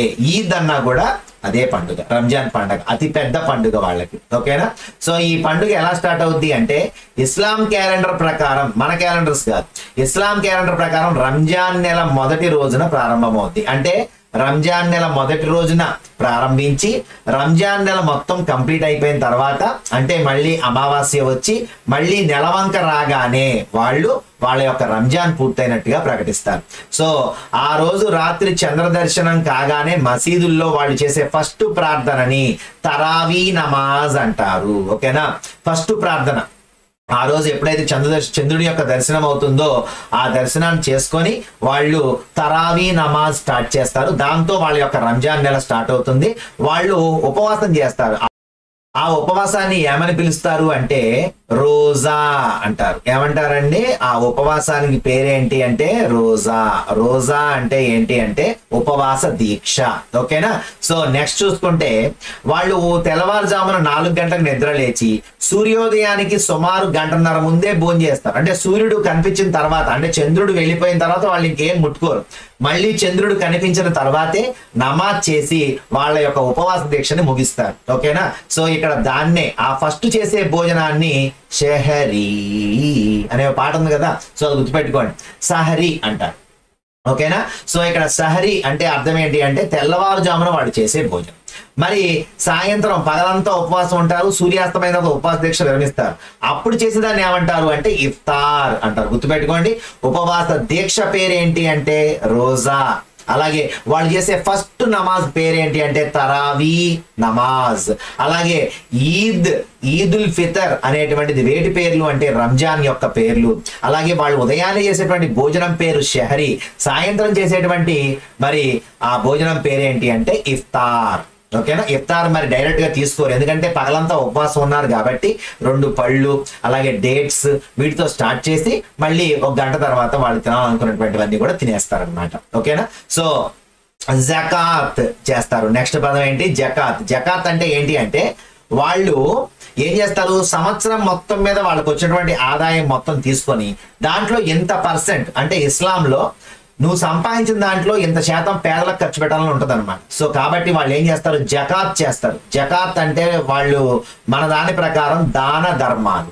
ఓకేనా, సో వాళ్ళు సంపాదించినటువంటి సంపాదనలో కొంత పర్సెంట్ తీసి దానం చేయాలి. సో దాన్నే ఇక్కడ జకాత్ అంటారు. అది కూడా పేదలకి దాన ధర్మాలు చేయాలి. ఓకేనా. మరి బక్రీద్ రోజు కూడా ఏం చేస్తారు, బకరా ఈద్ అంటే మేకని కోసి గొర్రెని కోసి లేని వాళ్ళకి పంచుతారు ఆ మాంసాన్ని సమాన భాగాలుగా. ఓకేనా. కాబట్టి దాన్ని అంటే నెక్స్ట్ చూసుకుంటే రంజాన్ నెల చివరి రోజు. ఓకేనా. రంజాన్ నెల ఫస్ట్ రోజు వచ్చేసరికి మనకి వాళ్ళు ఏం చేస్తారు, ఆ రోజు స్టార్ట్ అవగానే తరావీ నమాజ్ తో రంజాన్ నెల మొదటి రోజు స్టార్ట్ అవుద్ది. మరి చివరి రోజు చంద్ర దర్శనంతో షవ్వాల్ నెల మొదలవుతుంది. అంటే రంజాన్ నెల అయిపోయి నెక్స్ట్ నెల ఏంటి, షవ్వాల్. గుర్తుపెట్టుకోండి, రంజాన్ నెక్స్ట్ మంత్ ఏంటి, షవ్వాల్. సో నెక్స్ట్ ఆ మరునాడు పెద్ద ఎత్తున ఈద్ పండుగను జరుపుకుంటారు. ఆ రోజు అందరూ కొత్త బట్టలు ధరించి ఈద్గాహ్, ఈద్గాహ్ అంటే మసీద్. ఓకేనా. ఈద్గాహ్ అంటే మసీద్. ఆ మసీద్కి వెళ్ళి సామూహిక ప్రార్థన చేస్తారు. మరి వాళ్ళు సేమియా పాయసాన్ని ఇంటిల్లిపాది ఆ రోజు ఉదయం సేవిస్తారు. సో వాళ్ళ యొక్క పండుగ యొక్క ఏమైతే ప్రాశస్త్యం ఉందో అది పిల్లలకు వివరించాలనే ఉద్దేశంతో ఇక్కడ మన తెలుగు దాంట్లో ఇది ఇవ్వటం జరిగింది. సో ఈ పదాలన్నీ కూడా చాలా బాగా గుర్తుపెట్టుకోవాలి. ఓకేనా. రైట్. నెక్స్ట్ చూడండి, వెళ్ళు అంటే వ్యతిరేక పదం వచ్చు. ఓకేనా. వెళ్ళు అంటే వచ్చు. సంతోషము అంటే దుఃఖము, బాధ. ఓకేనా. తర్వాత దక్షిణము అంటే ఉత్తరము. మరి లోపల అంటే బయట. ఎత్తు అంటే ఎత్తు, దింపు. అర్థమైందా. ఎత్తు అంటే ఎత్తడం అన్నమాట, మూట ఎత్తడం పైకి. దించు అంటే కింద దించడం. ఓకేనా. తర్వాత పొడవు అంటే వెడల్పు. ఉదయించడం అంటే అస్తమించటం. ముందు అంటే వెనుక. సో ఇవి మనకి ఇక్కడ ఇచ్చినటువంటి ఏంటివి అంటే వ్యతిరేక పదాలు. ఓకేనా. వెళ్ళు, వచ్చు, సంతోషం, దుఃఖం, దక్షిణం, ఉత్తరం, లోపల, బయట, ఎత్తు, దింపు, మరి పొడవు, వెడల్పు, ఉదయించడం, అస్తమించడం, ముందు, వెనుక. సో నెక్స్ట్ మనకి ఇచ్చినటువంటి వేను చూద్దాం. ఇక్కడ కూడా మీకు చిన్న చిన్న పదాలు ఇచ్చారు, తమాషా పదాలు ఇచ్చారు. ఇక్కడ చూడండి ఒకసారి. ఇక్కడ ఒక దాన్ని వేరే వాటిలో మారుస్తూ ఉంటాం. తమాషా పదాలు అంటే ఏంటి అంటే, మట్టి అంటే యాక్చువల్ గా మనకి మన్ను అంటే, మట్టి అంటే మన్ను మనకు తెలుసు. మరి మట్టి మనుషులు అంటే అర్థం ఏంటి, శ్రామికులు, శ్రమజీవులు అని అర్థం. మరి మట్టిలో పుట్టిన అంటే ఏంటి, ప్రాంతంలో జన్మించిన. ఆ మట్టిలో పుట్టేవరా అంటాడు. అంటే రాయలసీమ మట్టిలో జన్మించాడంటే మట్టిలో పుట్టాడని కాదు, ఆ రాయలసీమ ప్రాంతంలో పుట్టాడని అర్థం. అలాగే మట్టిలో కలిసిపోవటం అంటే ఏంటి, చనిపోవటం. ఓకేనా, మరణించటం. మట్టి పాలైనా అంటే కింద పడిపోయింది అనుకోండి, మట్టి పాలైనా వేస్ట్ అయిపోయింది, వృధా అయిపోయింది అంటాం. మన్ను తిన్న పాములాగా ఏంట్రా కదలకుండా మెదలకుండా అలాగే ఉన్నాం అంటాడు అన్నమాట. అలాగే నోట్లో మట్టి కొట్టమంటే ఏంటి, అన్యాయం చేయటం. అలాగే ఇక్కడ మనకి ఇంకోటి ఇచ్చారు, తల అంటే ఏంటి, శిరస్సు లేక శిరము. అది తలవంపులు తెచ్చామంటే ఏంటి, అవమానం. తలవంపులు అంటే అవమానం జరిగిందని అర్థం. ఓకేనా, అరే నువ్వు నాకు తలవంపులు తెచ్చేవరా, నువ్వు నాకు అవమానం తెచ్చేవరా అని అర్థం. అలాగే తలసరి అంటే ప్రతి ఒక్కరి మీద వచ్చే సంపాదన లేక సగటు. ఓకేనా, అంటే తలసరి తలసరి ఆదాయం తెలుసు మీ అందరికీ. తలసరి ఆదాయాన్ని బట్టే జాతీయ ఆదాయాన్ని లెక్కిస్తాం. ఓకే, నెక్స్ట్ తల పండిన అంటే నిష్ణాతుడు అన్నమాట. దాంట్లో నెంబర్ 1 మనోడు. సో దీన్నే నిష్ణాతుడు లేక ప్రావీణ్యత అంటాం. నెక్స్ట్ తలలో నాలుక అంటే, తలలో నాలుక అంటే ఏంటి, అన్నిట్లో సహాయకారిగా ఉండే అతన్ని తలలో నాలుక. అరే అతను తలలో నాలుకలా ఉంటాడరా అంటే సహాయకారిగా ఉంటాడు అనమాట బాగా. తల దూర్చటం అంటే అనవసరమైన విషయాల్లో వేలు పెట్టడం. ఓకేనా, తల దూర్చడం అంటే ఏంటి, అన్నిట్లో అది నాకు కావాలి ఇది నాకు కావాలని చెప్పేసి అన్నిట్లో మనం వెళ్ళి వేలు పెట్టామనుకో, దాన్ని ఏమంటాం, నువ్వు తల దూర్చకరా బాబా ఆ విషయంలో అంటాం. కాబట్టి ఇక్కడ మనకి యాక్చువల్గా తల అంటేనేమో శిరస్సు, కానీ తలకి పక్కన వంపులు పెడితేనేమో అది అవమానం అయింది, తల పక్కన సరి పెడితేనేమో అది సగటు అయింది, తల పక్కన పండినా పెడితేనేమో నిష్ణాతుడు లేక ప్రావీణుడు అయింది, తలలో నాలుక అంటేనేమో సహాయకారి అయింది, అలాగే తల దూర్చడం అంటేనేమో వేలు పెట్టడం అయింది. సో ఇలాంటివి ఉన్నాయి అని చెప్పడం కోసం మనకి ఇలాంటి వాటిని ఇవ్వడం జరిగింది. ఇక మనకి నామవాచకం సర్వనామం అయిపోయింది కాబట్టి నెక్స్ట్ ఏంటంటే విశేషణం. ఒక వాక్యంలో నామవాచకం యొక్క రంగు గాని, రుచి గాని, స్థితి గాని ఇలాంటి గుణాలను తెలియజేసినాయి అనుకోండి, వాటిని విశేషణం అంటారు. నామవాచకం యొక్క లక్షణాన్ని తెలియజేయాలి. నామవాచకం యొక్క రంగు గాని, నామవాచకం యొక్క రుచిని గాని, నామవాచకం యొక్క స్టేటస్ లేక స్థితిని గాని తెలియజేయాలి. ఉదాహరణకి ఏనుగు పెద్ద జంతువు అంటే ఎవరు పెద్ద జంతువు, ఏనుగు పెద్ద జంతువు. నిమ్మకాయ ఎలా ఉందంట, పుల్లని రుచి కలిగి ఉందంట. పుస్తకం ఎలా ఉందంట? అందమైన అట్ట వేసుకున్నారంట. మరి గోరింటాకు ఎలా పండిందంట? ఎర్రగా పండిందంట. అలాగే పచ్చగా ఉందంట ఆ గోరింటాకు. అంటే 2 ఉండొచ్చు, 3 కూడా ఉండొచ్చు విశేషణ. ఓకేనా? కాబట్టి మరి ఏ పాలు తాగాలంట? కాచిన పాలు తాగాలంట. సో ఇక్కడ మనం చూసుకుంటే ఏవైతే విశేషణాలు ఉన్నాయో అవి నామవాచకం యొక్క రంగుని గాని, రుచిని గాని, స్థితిని గాని తెలియజేస్తాయి. ఇలాంటి వాటిని మనం ఇక్కడ ఏమని చెప్తాం? విశేషణాలు అని పిలుస్తాం. సో నెక్స్ట్ చూసుకుంటే గొబ్బిళ్ళ పాట. సో గొబ్బిళ్ళ పాట గొబ్బి ఎళ్ళు. మరి ఇది సాంప్రదాయ జానపద గీతం. దీన్ని మరి మనకి రచించిన వారు ఎవరు అనేటువంటిది ఏమి ఇవ్వలేదు. అలాగే నకిలీ కన్ను అనేటువంటిది నజీరుద్దీన్ కథల నుంచి తీసుకోవడం జరిగింది. నజీరుద్దీన్ కథల్లోంచి మరి నకిలీ కన్ను అనేటువంటిది తీసుకోవడం జరిగింది. ఏంటి మరి నజీరుద్దీన్ ఒకళ్ళ దగ్గరికి వెళ్తాడు, ఒక బాగా ధనవంతుడి దగ్గరికి వెళ్తాడు. నజీరుద్దీన్ కథలన్నీ కూడా ఒక చిన్న డైలాగ్ ద్వారా అవతల వాళ్ళలో మార్పు తెప్పిస్తూ ఉంటాడు అనమాట. సో నజీరుద్దీన్ కథలు బాగా ఫేమస్. ఇక్కడ ఒకటి దగ్గరికి వెళ్ళి, ఒక వ్యక్తి దగ్గరికి వెళ్ళి ఏమంటాడు అంటే, నాకు కొంత అమౌంట్ కావాలి అని చెప్పేసి అడుగుతారు. అంటే మసీదు గురించి దాన్ని బాగు చేసేటువంటి విషయంలో కొంత అమౌంట్ని సేకరించే విషయంలో అడుగుతాడు. అడిగితే అతను ఏమంటాడంటే, నా కళ్ళల్లో ఏది నకిలీదో ఏది రియలో కనుక్కో అంటాడు. అప్పుడు ఆయన ఏమంటాడంటే ఈ కన్ను అని చెప్పేస్తాడు. చెప్పగానే అయ్యో ఎలా కనిపెట్టావు అంటాడు. అంటే మరి అదేమో డూప్లికేట్ కన్ను కాబట్టి, నకిలీ కన్ను కాబట్టి దానికి జాలి దయ లేదు, కానీ ఒరిజినల్ కంట్లో మాత్రం జాలి దయ ఉన్నాయండి అని చెప్తాడు. అనగానే అతను సిగ్గుపడి ఏం చేస్తాడు అంటే మసీదు యొక్క మరమ్మతు మొత్తం నేనే చేయిస్తాను ఒప్పుకుంటాడు. సో అదే ఇక్కడ స్టోరీ. నెక్స్ట్ చూసుకుంటే పద్య రత్నాలు, శతక కవులు. ఓకేనా? మరి శతక కవుల్లో మనకి ఇక్కడ ఎవరెవరు పద్యాలు ఇచ్చాడని చూసుకుంటే ఒకసారి ఫస్ట్ మనకి ఇక్కడ శతక పద్యాల్లో ఫస్ట్ది ధనము కూడబెట్టి దానంబు సేయక తాను తినక లెస్స దాచుగాక తేనెటీగ కూర్చి తెరువరికియద విశ్వదాభిరామ వినురవేమ. చెప్పాం ఆల్రెడీ. వినురవేమ అనే మకుటం ఉంది అంటే అది వేమన యొక్క శతకం. సో ఇందులో లెస్స అంటే మిక్కిలి, ఎక్కువగా. ఓకేనా? ఇంగ్లీష్ లో లెస్ అంటే తక్కువ, కానీ తెలుగులో లెస్ అంటే ఎక్కువ. ఓకేనా? ఆపోజిట్ అన్నమాట. నెక్స్ట్ చూసుకుంటే తెరువరి అంటే బాటసారి. ఓకేనా? తెరువరి అంటే బాటసారి. తేనెటీగ ఏం చేస్తుందంట? దాచిపెట్టి దారిలో వెళ్ళేవాళ్ళు ఎవడో ఒకడు ఆ తేనె పట్టుని పిసుక్కొని తాగేసి వెళ్ళిపోతారు. అలాగే ధనం కూడబెట్టి దానం చేయకుండా నువ్వు ఎంతకాలం కూర్చున్నా అది ఎవరో ఒకళ్ళ పాలైపోద్ది, కానీ నువ్వు మాత్రం తినవు. ఓకేనా అని చెప్పేసి చెప్తాడు అనమాట. నెక్స్ట్ పుత్రోత్సాహము తండ్రికి. అంటే పుత్రుడు పుట్టినట్టునే తండ్రికి ఉత్సాహం ఎప్పుడూ కలగదు. ఆ పుత్రుడు గొప్పోడయ్యి అందరూ అతన్ని పొగిడినప్పుడు ఆ తండ్రికి నిజమైన ఆనందం కలుగుతుందని చెప్పేసి సుమతి అనేటువంటి మకుటం కలిగినటువంటి సుమతి శతకాన్ని రాసినటువంటి వ్యక్తి ఎవరు అంటే బద్దెన గారు. సో ఇందులో జన్మించినప్పుడు అంటే పుట్టినప్పుడు, జనులు అంటే ప్రజలు. ఓకేనా? కనుగొని అంటే గుర్తించి. సో ఇది ఇక్కడ ఇచ్చారు. తర్వాత జంధ్యాల పాపయ్య శాస్త్రి గారు తెలుగు బాల శతకం. సో ఇక్కడ మనకి తెలుగు బాల అనేటువంటి ఈ మకుటం ఎవరికి ఉంటుంది? లలిత సుగుణజాల తెలుగు బాల అనే మకుటం ఎవరిది అంటే జంధ్యాల పాపయ్య శాస్త్రి గారిది. ఓకేనా? పరుల కొరకే నదులు ప్రవహిస్తాయి, గోవులు పాలనిస్తాయి, చెట్లు పూలు పోస్తాయి, అంటే పరహితము కంటే పరమార్థం లేదు అని చెప్తాడు అనమాట. అంటే ఇతరుల యొక్క శ్రేయస్సు కంటే ఇంకేమీ లేదని చెప్తారు. కాబట్టి పరులు అంటే ఇతరులు, గోవులు అంటే ఆవులు, మేలు అంటే పరహితము అంటే మేలు, పరమార్థము అని అర్థం. మరి పరహితము అంటే మేలు, అలాగే పరమార్థము అంటే నిజమైన ప్రయోజనం అని అర్థం. ఓకేనా? సో నెక్స్ట్ బలవంతుడు నాకేమని పలువురతో నిగ్రహించి పలుకుటమేలా. నేను బలవంతుని కదా, ఎవరితో ఎలా మాట్లాడితే నాకేమవుద్ది అని ఎప్పుడు కూడా పలకూడదు. ఎందుకని? బలవంతమైన సర్పం కూడా చలిచీమల చేత జిక్కి చనిపోతుంది అని చెప్పారు. సుమతి అని వచ్చింది అంటే ఇది కూడా బద్దెన గారు రాసినటువంటి సుమతి శతకంలోంచి. ఓకేనా? బలవంతుడు అంటే బలం కలిగిన వాడు, నిగ్రహించడం అంటే ఎదిరించటం, అలాగే సర్పము అంటే పాము. ఓకేనా? సో ఇక్కడ నెక్స్ట్ ఏనుగు లక్ష్మణ కవి గారు రాసినటువంటి శతకం నుంచి మొదలు చూసిన కడుగొప్ప పిదప కురుచ అది కొంచెము తరువాత నదిక మగుచు తనరు దినపూర్వ పరభాగ జనితమైన ఛాయపోలిక కుజన సజ్జనుల మైత్రి. అంటే చెడ్డవారితో స్నేహం ఎలా ఉంటదంట?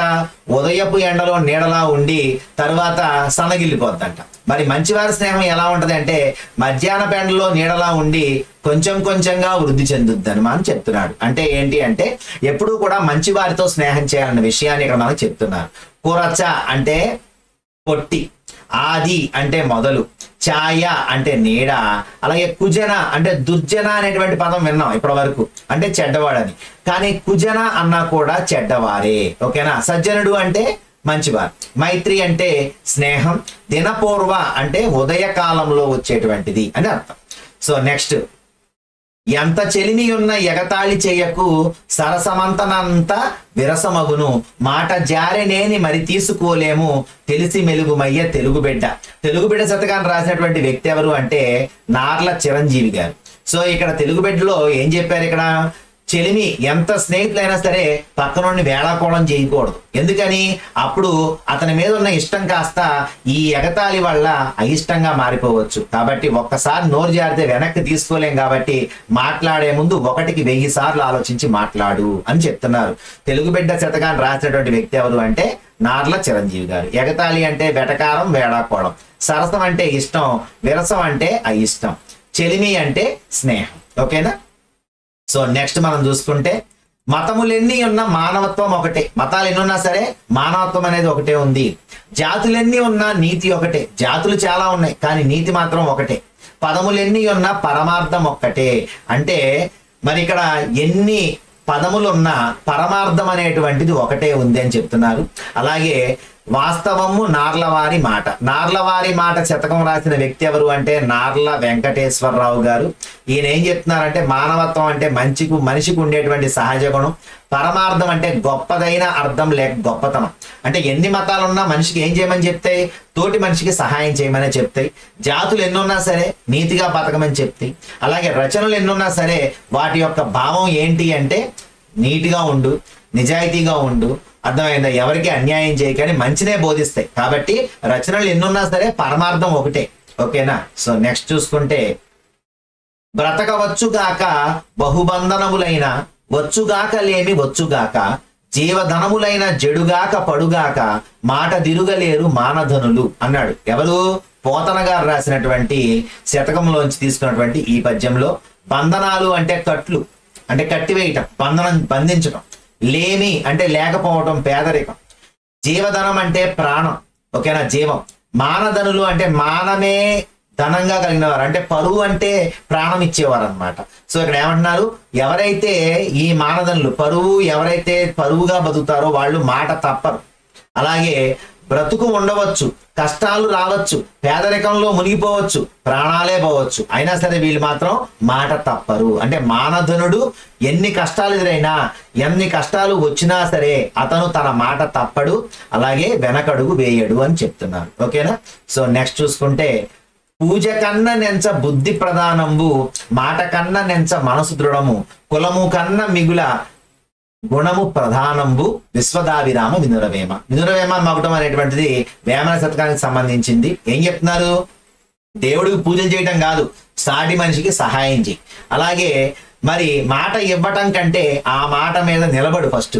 అలాగే పుట్టిన కులం కాదు, మంచి గుణాలను చూసి గౌరవించు. అతను ఏ కులంలో పుట్టడం నాకు అవసరం లేదు, కానీ అతను గనక మంచి గుణాలను కలిగి ఉంటే అతన్ని గౌరవించు అని చెప్తున్నారు. ఓకేనా.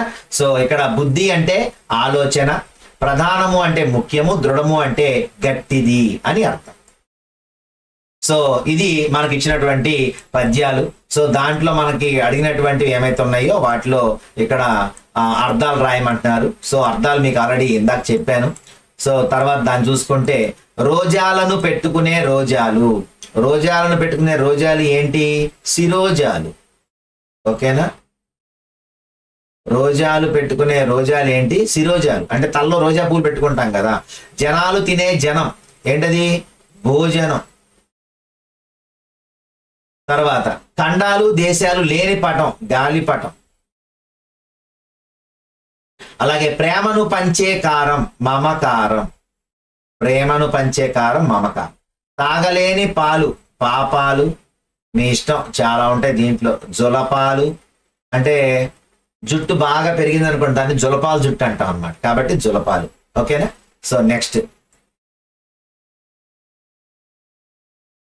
ఇక జరిగిన పని, జరుగుతున్న పని, జరగబోయే పని. ఆల్రెడీ జరిగిపోయింది అనుకోండి, దాన్ని ఏమంటాం మనం ఇక్కడ? పాస్ట్ టెన్స్ అంటాం ఇంగ్లీష్లో. అలాగే ప్రెజెంట్ టెన్స్ అంటాం, అలాగే దీన్ని ఫ్యూచర్ టెన్స్ అంటాం. సో ఇక్కడ ఇంగ్లీష్లో ఎలా ఉంటాయో తెలుగు కూడా అంతే. దీన్ని భూతకాలం, ఓకేనా, దీన్ని వర్తమాన కాలం, దీన్ని భవిష్యత్ కాలం అంటాం. ఓకేనా. సో పాస్ట్ టెన్స్ అంటే భూతకాలం అంటే అయిపోయింది. ఓకేనా. వర్తమాన కాలం అంటే ప్రెసెంట్, జరుగుతూ ఉంది. ఇప్పుడు నేను మీకు పాఠం చెబుతూ ఉన్నాను. ఆల్రెడీ నిన్న వాణిజ్య స్థావరాలు చెప్పేశాను. ఓకేనా.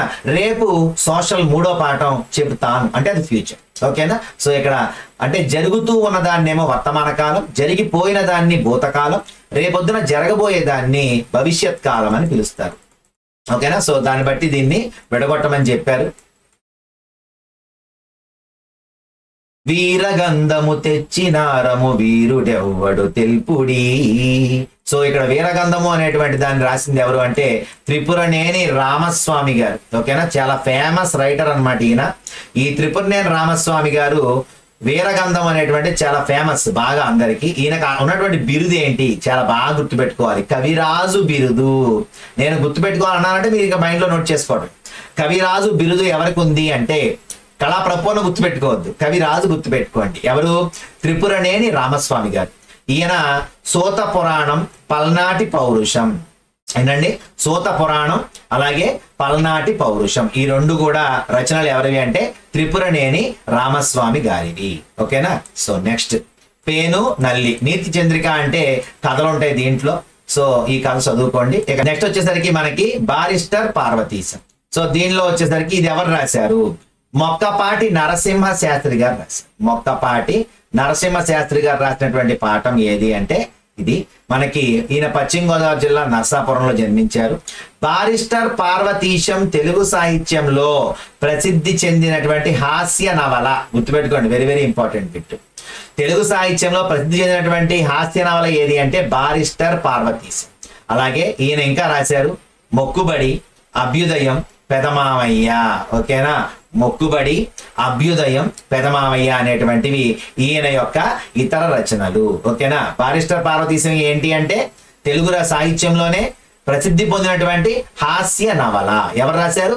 మొక్కపాటి నరసింహ శాస్త్రి గారు. మరి బారిస్టర్ పార్వతీశం గారి యొక్క పాఠం చూసుకుంటే ఈయన ఎలా బయలుదేరాడు, ఏమేమి తీసుకుని బయలుదేరాడు అనేటువంటివి ఇక్కడ ఉంటాయి. సో ఇందులో మనల్ని అడిగేటువంటివి అయితే ఏమీ లేవు. ఈ పాఠంలో మనల్ని అడగడానికి అయితే ఏమీ లేవు. కానీ ఇక్కడ మనకి 5వ ఫారం అంటే ఏం చదువుకున్నా అంటే 5వ ఫారం అని ఉంటుంది. 5వ ఫారం అంటే ఈ రోజు ఈక్వల్ టు 10వ తరగతి. 5వ ఫారం అంటే ఏంటి? 10వ తరగతి. బారిస్టర్ అంటే ఏంటి అంటే ఇంగ్లాండ్ లో ఎవరైతే న్యాయశాస్త్రం చదువుకున్నారో అతన్ని బారిస్టర్ అని పిలుస్తారు. ఇంగ్లాండ్ లో అంటే లా చదువుకున్నాడు. ఇంగ్లాండ్ లో లా చదువుకున్న వాళ్ళని మనం అక్కడ అప్పట్లో ఏమని పిలిచేవాళ్ళు అంటే బారిస్టర్ అని పిలిచేవాళ్ళు అనమాట. అలాగే దంతధావనము అంటే ఏంటంటే పళ్ళు తోముకోవడం. దంతధావనం అంటే పళ్ళు తోముకోవటం.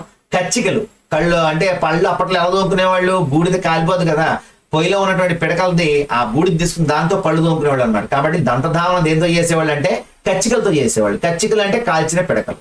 అంగవస్త్రము అంటే టవల్. అలాగే చాదు అంటే పిండితో తయారు చేసినటువంటి బొట్టు. ఓకేనా. తర్వాత దేశీవాళి దువ్వెన, గార్డు, పాదేయ పడితే చెన్నపట్నం. చెన్నపట్నం అంటే ఒకప్పుడు మెడ్రాస్ని, ఇప్పుడున్నటువంటి చెన్నైని ఏమని పిలిచేవాళ్ళు అంటే ఒకప్పుడు చెన్నపట్నం అని పిలిచేవాళ్ళు. దాని పేరు మీద కానీ ఇప్పుడు అది చెన్నై అయింది. ఓకేనా. సో నెక్స్ట్ దొర అంటే తెల్లజాతి అబ్బాయి. దొరసాని అంటేనేమో తెల్లజాతి స్త్రీ. బస అంటే ఒక దగ్గర నివసించటం. బంట్రోతు అంటే సేవకుడు. స్టీమర్ అంటే ఆవిరితో నడిచేటువంటి పెద్ద నౌకని ఒకప్పుడు ఉండేవి స్టీమర్స్. ఓకేనా. స్టీమర్స్. ఓకేనా. సో తర్వాత అంతరిక్ష మార్గం అంటే ఆకాశం వైపు.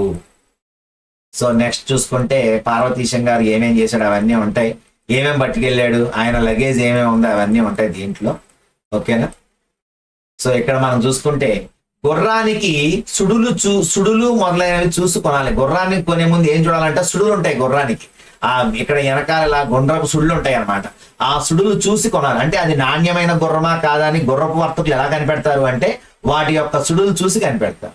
అలాగే గాడిదకి సుడి అవసరం లేదు, గాడిద కొండవు. అలాగే గుర్రాన్ని కొనాలి కానీ గాడిదని కొనచ్చా? కొనక్కర్లా.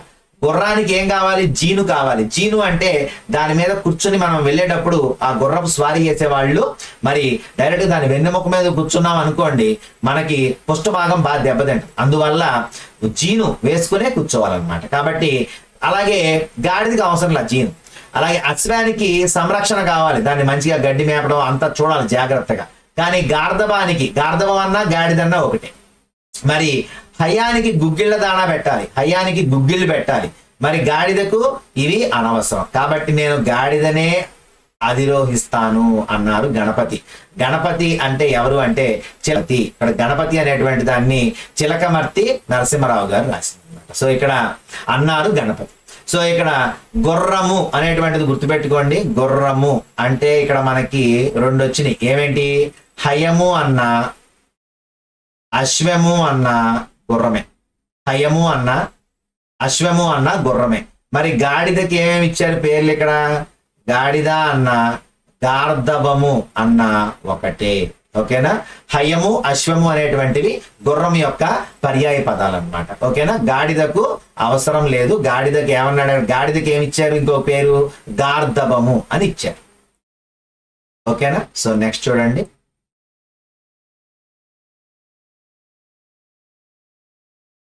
రోహిణి కార్తెకు ఎండకు రోళ్లు పగులుతాయి. నక్షత్రాలు, రాసులు, కార్తె గురించి మనకి ఇక్కడ ఒక చిన్న ఇక్కడ ఇచ్చారు, చూసుకోండి ఒకసారి. అసలు కార్తె అంటే ఏంటి అనేది అడిగారు. ఇక్కడ అడిగితే మొత్తం నక్షత్రాలు ఎన్ని ఉన్నాయి మనకి? 27 నక్షత్రాలు. గుర్తుపెట్టుకోండి, 27 నక్షత్రాలు ఉన్నాయి మొత్తం మనకి. ఓకేనా? ఈ 27 నక్షత్రాలకి అయితే మనకి ఎలా చేశారు అంటే ఒక్కొక్క నక్షత్రానికి అంటే ఒక్కొక్క దానికి ఎన్ని పాదాలు? 27 నక్షత్రాలకి 27 × 4 పాదాలు. అర్థమైందా? అంటే మొదటి పాదం, రెండో పాదం, మూడో పాదం, నాలుగో పాదం అంట. అర్థమైందా? సో ఇక్కడ అలా మొత్తం 4 పాదాలు చొప్పున మనకి మొత్తం ఎన్ని పాదాలు అవుతాయి అంటే 108 పాదాలు అవుతాయి. ఈ 108 పాదాలు ఓకేనా? అందులో మనకి 12 రాసుల్ని 12 రాసులకి 9 పాదాలు చొప్పున 12 × 9 ఎంత? 108 అన్నమాట. సో ఇలా మనకి విడగొట్టారు. గుర్తుపెట్టుకోండి, 27 నక్షత్రాలు, 27 నక్షత్రాలకి 4 పాదాలు. నక్షత్రాల్లో గీత గీస్తే అడ్డంగా మొదటి పాదం, రెండో పాదం, మూడో పాదం, నాలుగో పాదం అంటారు. సో కాబట్టి అలా 4 పాదాలు చొప్పున మొత్తం ఎన్ని పాదాలు ఉన్నాయి అని అడిగితే 108 పాదాలు ఉన్నాయి. మొత్తం నక్షత్రాల సంఖ్య 27, మొత్తం పాదాల సంఖ్య 108. ఒక నక్షత్రంలో ఉండే పాదాల సంఖ్య 4. అలాగే మరి రాసులు ఎన్ని? మొత్తం 12 రాసులు. ఒక్కొక్క రాశికి ఎన్ని పాదాలు ఉంటాయి? 9 పాదాలు. ఓకేనా? క్లియరా? సో ఇక్కడ మనకి పొందే 12 రాశులు ఏంటి అంటే మేషము, వృషభము, మిథునము, కర్కాటకము, సింహము, కన్య, తుల, వృశ్చికము, ధనుస్సు, మకరము, కుంభము, మీనం. సో ఇక్కడ పూర్ణిమ నాడు ఏ నక్షత్రం ఉంటే ఆ నెలకు ఆ పేరు పెట్టారు. అంటే నక్షత్రం ఆధారంగా నెలకు పేర్లు వచ్చినాయి. ఓకేనా? సో అశ్విని నక్షత్రం ఉందనుకోండి, ఆ నెల పేరు ఏంటి? ఆశ్వయుజ మాసం. కృత్తికా నక్షత్రం ఉందనుకోండి, అది కార్తీక మాసం. అలాగా మనకి ఇవన్నీ కూడా ఏ మానం మీద ఆధారపడి ఉన్నాయి? చాంద్రమానం మీద ఆధారపడి ఉన్నాయి. చంద్రుని యొక్క 30 కళలు తెలుసు కదా. 30 రోజుల్లో చంద్రుడు మరి ఫుల్ మూన్ నుంచి మళ్ళీ ఫుల్ మూన్ అంటే పక్షము అంటే 15 రోజులు, మాసము అంటే నెల రోజులు. ఓకేనా? సో చంద్రకళలు జరగడానికి మనకి 30 రోజులు టైం తీసుకుంటాయి. కాబట్టి చాంద్రమానం మీద ఈ రాశులు అనేటువంటివి ఆధారపడి ఉంటాయి. ప్రాచీన రైతులు వ్యవసాయ విజ్ఞానాన్ని సూర్యమానము, చంద్రమానం ఆధారంగానే విడగొట్టారు. సూర్యుడు ఏ నక్షత్రానికి దగ్గరగా ఉంటే ఆ కాలానికి ఆ కార్తె. అంటే రోహిణి నక్షత్రం దగ్గరలో ఉన్నాడు అనుకోండి, రోహిణి కార్తె. చిత్తా నక్షత్రానికి దగ్గరలో ఉంటే చిత్త కార్తె. సో అలా కార్తె అనేటువంటి పేరు రావడానికి కారణం సూర్యుడు అనమాట. అలాగే మరి ఇక్కడ మాసము అనేటువంటి పేరు ఎలా వస్తుంది అంటే ఆ నక్షత్రం ఉంటే గనక అశ్విని నక్షత్రం ఉంటే ఆశ్వయుజ మాసం, కృత్తికా నక్షత్రం ఉంటే కార్తీక మాసం అనేటువంటివి రావడం జరిగింది. మొత్తం ఎన్ని కార్తెలు? సంవత్సరానికి ఎన్ని కార్తెలు అంటే 27 కార్తెలు. 27 నక్షత్రాలు కాబట్టి 27 కార్తెలు. ఓకేనా? కార్తెలు, నెలలు, రాసుల వారీగా పైరులకు వాతావరణం ఎలా ఉంటుందో సామెతల రూపంలో చెప్పారంట. అశ్విని కురిస్తే అంతా నష్టమే. అంటే అది ఆశ్వయుజ మాసంలో గనక మరి వర్షం పడితే అంతా నష్టం అని చెప్తారనమాట. అంటే దాన్ని బట్టే అక్కడ సామెత వచ్చింది. అలాగే భరణిలో చల్లినటువంటి నువ్వు చేను కాయకు బరిగెడు గింజట. ఓకేనా, అంటే భరణిలో గనక నువ్వు చల్లావనుకో, అంటే విత్తనాలు వేస్తే వచ్చేటువంటి పంట బరిగెడు గింజట అని చెప్పేటువంటి సామెతలన్నీ కూడా ఎలా పుట్టాయి? సో ఈ నక్షత్రాలు, రాసులు, కార్తెల వల్లగానే వచ్చినాయి అనేటువంటి విషయాన్ని గుర్తుపెట్టుకోండి. ఓకేనా. సో నెక్స్ట్ ఏకవచనం బహువచనం నేను చెప్పట్లేదు. అలాగే ఇవి మనకు తెలుసు కదా, కాకీక, కాకి కాక, కేకిక. కేకి అంటే నెమలి, కాకీక అనేటువంటిది కాకే ఉంటది కానీ నెమలికి ఉంటుందా? అలాగే నాన్న నన్నిన, నేను నాన్ననను అంటే ఏంటి? నాన్న నన్ను ఏమన్నా సరే నేను మాత్రం నాన్ననేమి అనను అంటాం అన్నమాట. అలాగే మీ మామ మా మామ, మా మామ మీ మామ, మీ మామ మీ మామే, మా మామ మా మామే. అంటే మీ మామ మీ మామే అవుతాడు, నా మామ నా మామే అవుతాడు. ఇవన్నీ కూడా టంగ్ ట్విస్టర్స్ అంటాం కదా ఇంగ్లీష్లో. సో అవన్నమాట. ఓకేనా. సో నెక్స్ట్ చూసుకుంటే ఇక్కడ మనకి సమాపక అసమాపక క్రియలు. సమాపక అంటే పూర్తయిపోయింది అనుకోండి పని, దాన్ని చేశాడు అన్నాడు అనుకోండి, అది సమాపక క్రియ. అలాగే అసమాపక క్రియ అంటే ఏంటి? పూర్తవల, చేసి, చూసి, నడుస్తూ, రాసి ఇలా ఉందనుకోండి, అది అసమాపక. అంటే పూర్తవల పని, రాస్తుంది, చేస్తుంది, వెళ్తుంది అన్నాడు అనుకోండి, అది పూర్తయిపోయింది. పూర్తయిపోయిన దాన్ని సమాపక క్రియ అంటాం, పూర్తి కాకుండా ఉన్న దాన్ని అసమాపక క్రియ అంటాం. ఒక వాక్యంలో రెండు ఉండొచ్చు. ఉదాహరణకు చూడండి, నేను సినిమా చూసి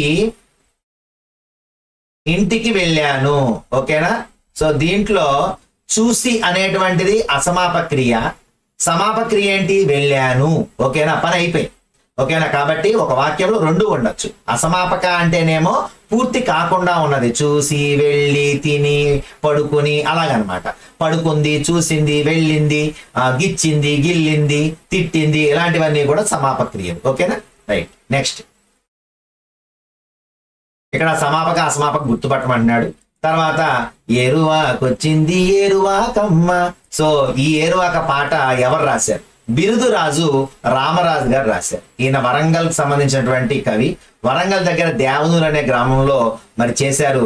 తెలుగు జానపద గేయ సాహిత్యంపై మొట్టమొదటిగా పరిశోధన చేసిన వ్యక్తి ఎవరు అంటే బిరుదురాజు రామరాజు గారు. అసలైన పాయింట్ వచ్చేసింది. తెలుగు జానపద గేయ సాహిత్యంపై మొట్టమొదటిగా పరిశోధన చేసింది ఈయనే. కాబట్టి బిరుదు రామరాజు గారు తెలుగు జానపదంలో, ఓకేనా, తెలుగు జానపద గేయ సాహిత్యంలో మొట్టమొదటిగా పరిశోధన చేశారు. అలాగే వీరి రచనల్లో ఏమేమి ఉన్నాయి? తెలుగు జానపద రామాయణం, తెలుగు సాహిత్యోద్ధారకులు. అంటే రెండు తెలుగులు ఎవరిది అంటే బిరుదు రామరాజు గారిది. రెండు తెలుగే చూడండి. తెలుగు జానపద రామాయణం వచ్చిన, తెలుగు సాహిత్యోద్ధారకులను వచ్చిన బిరుదురాజు రామరాజు గారు గుర్తు రావాలి మీకు. బిరుదురాజు రామరాజు గారికి ఏంటి అంటే జానపద గేయ సాహిత్యంపై పరిశోధన చేసిన మొట్టమొదటి కవి ఈయన.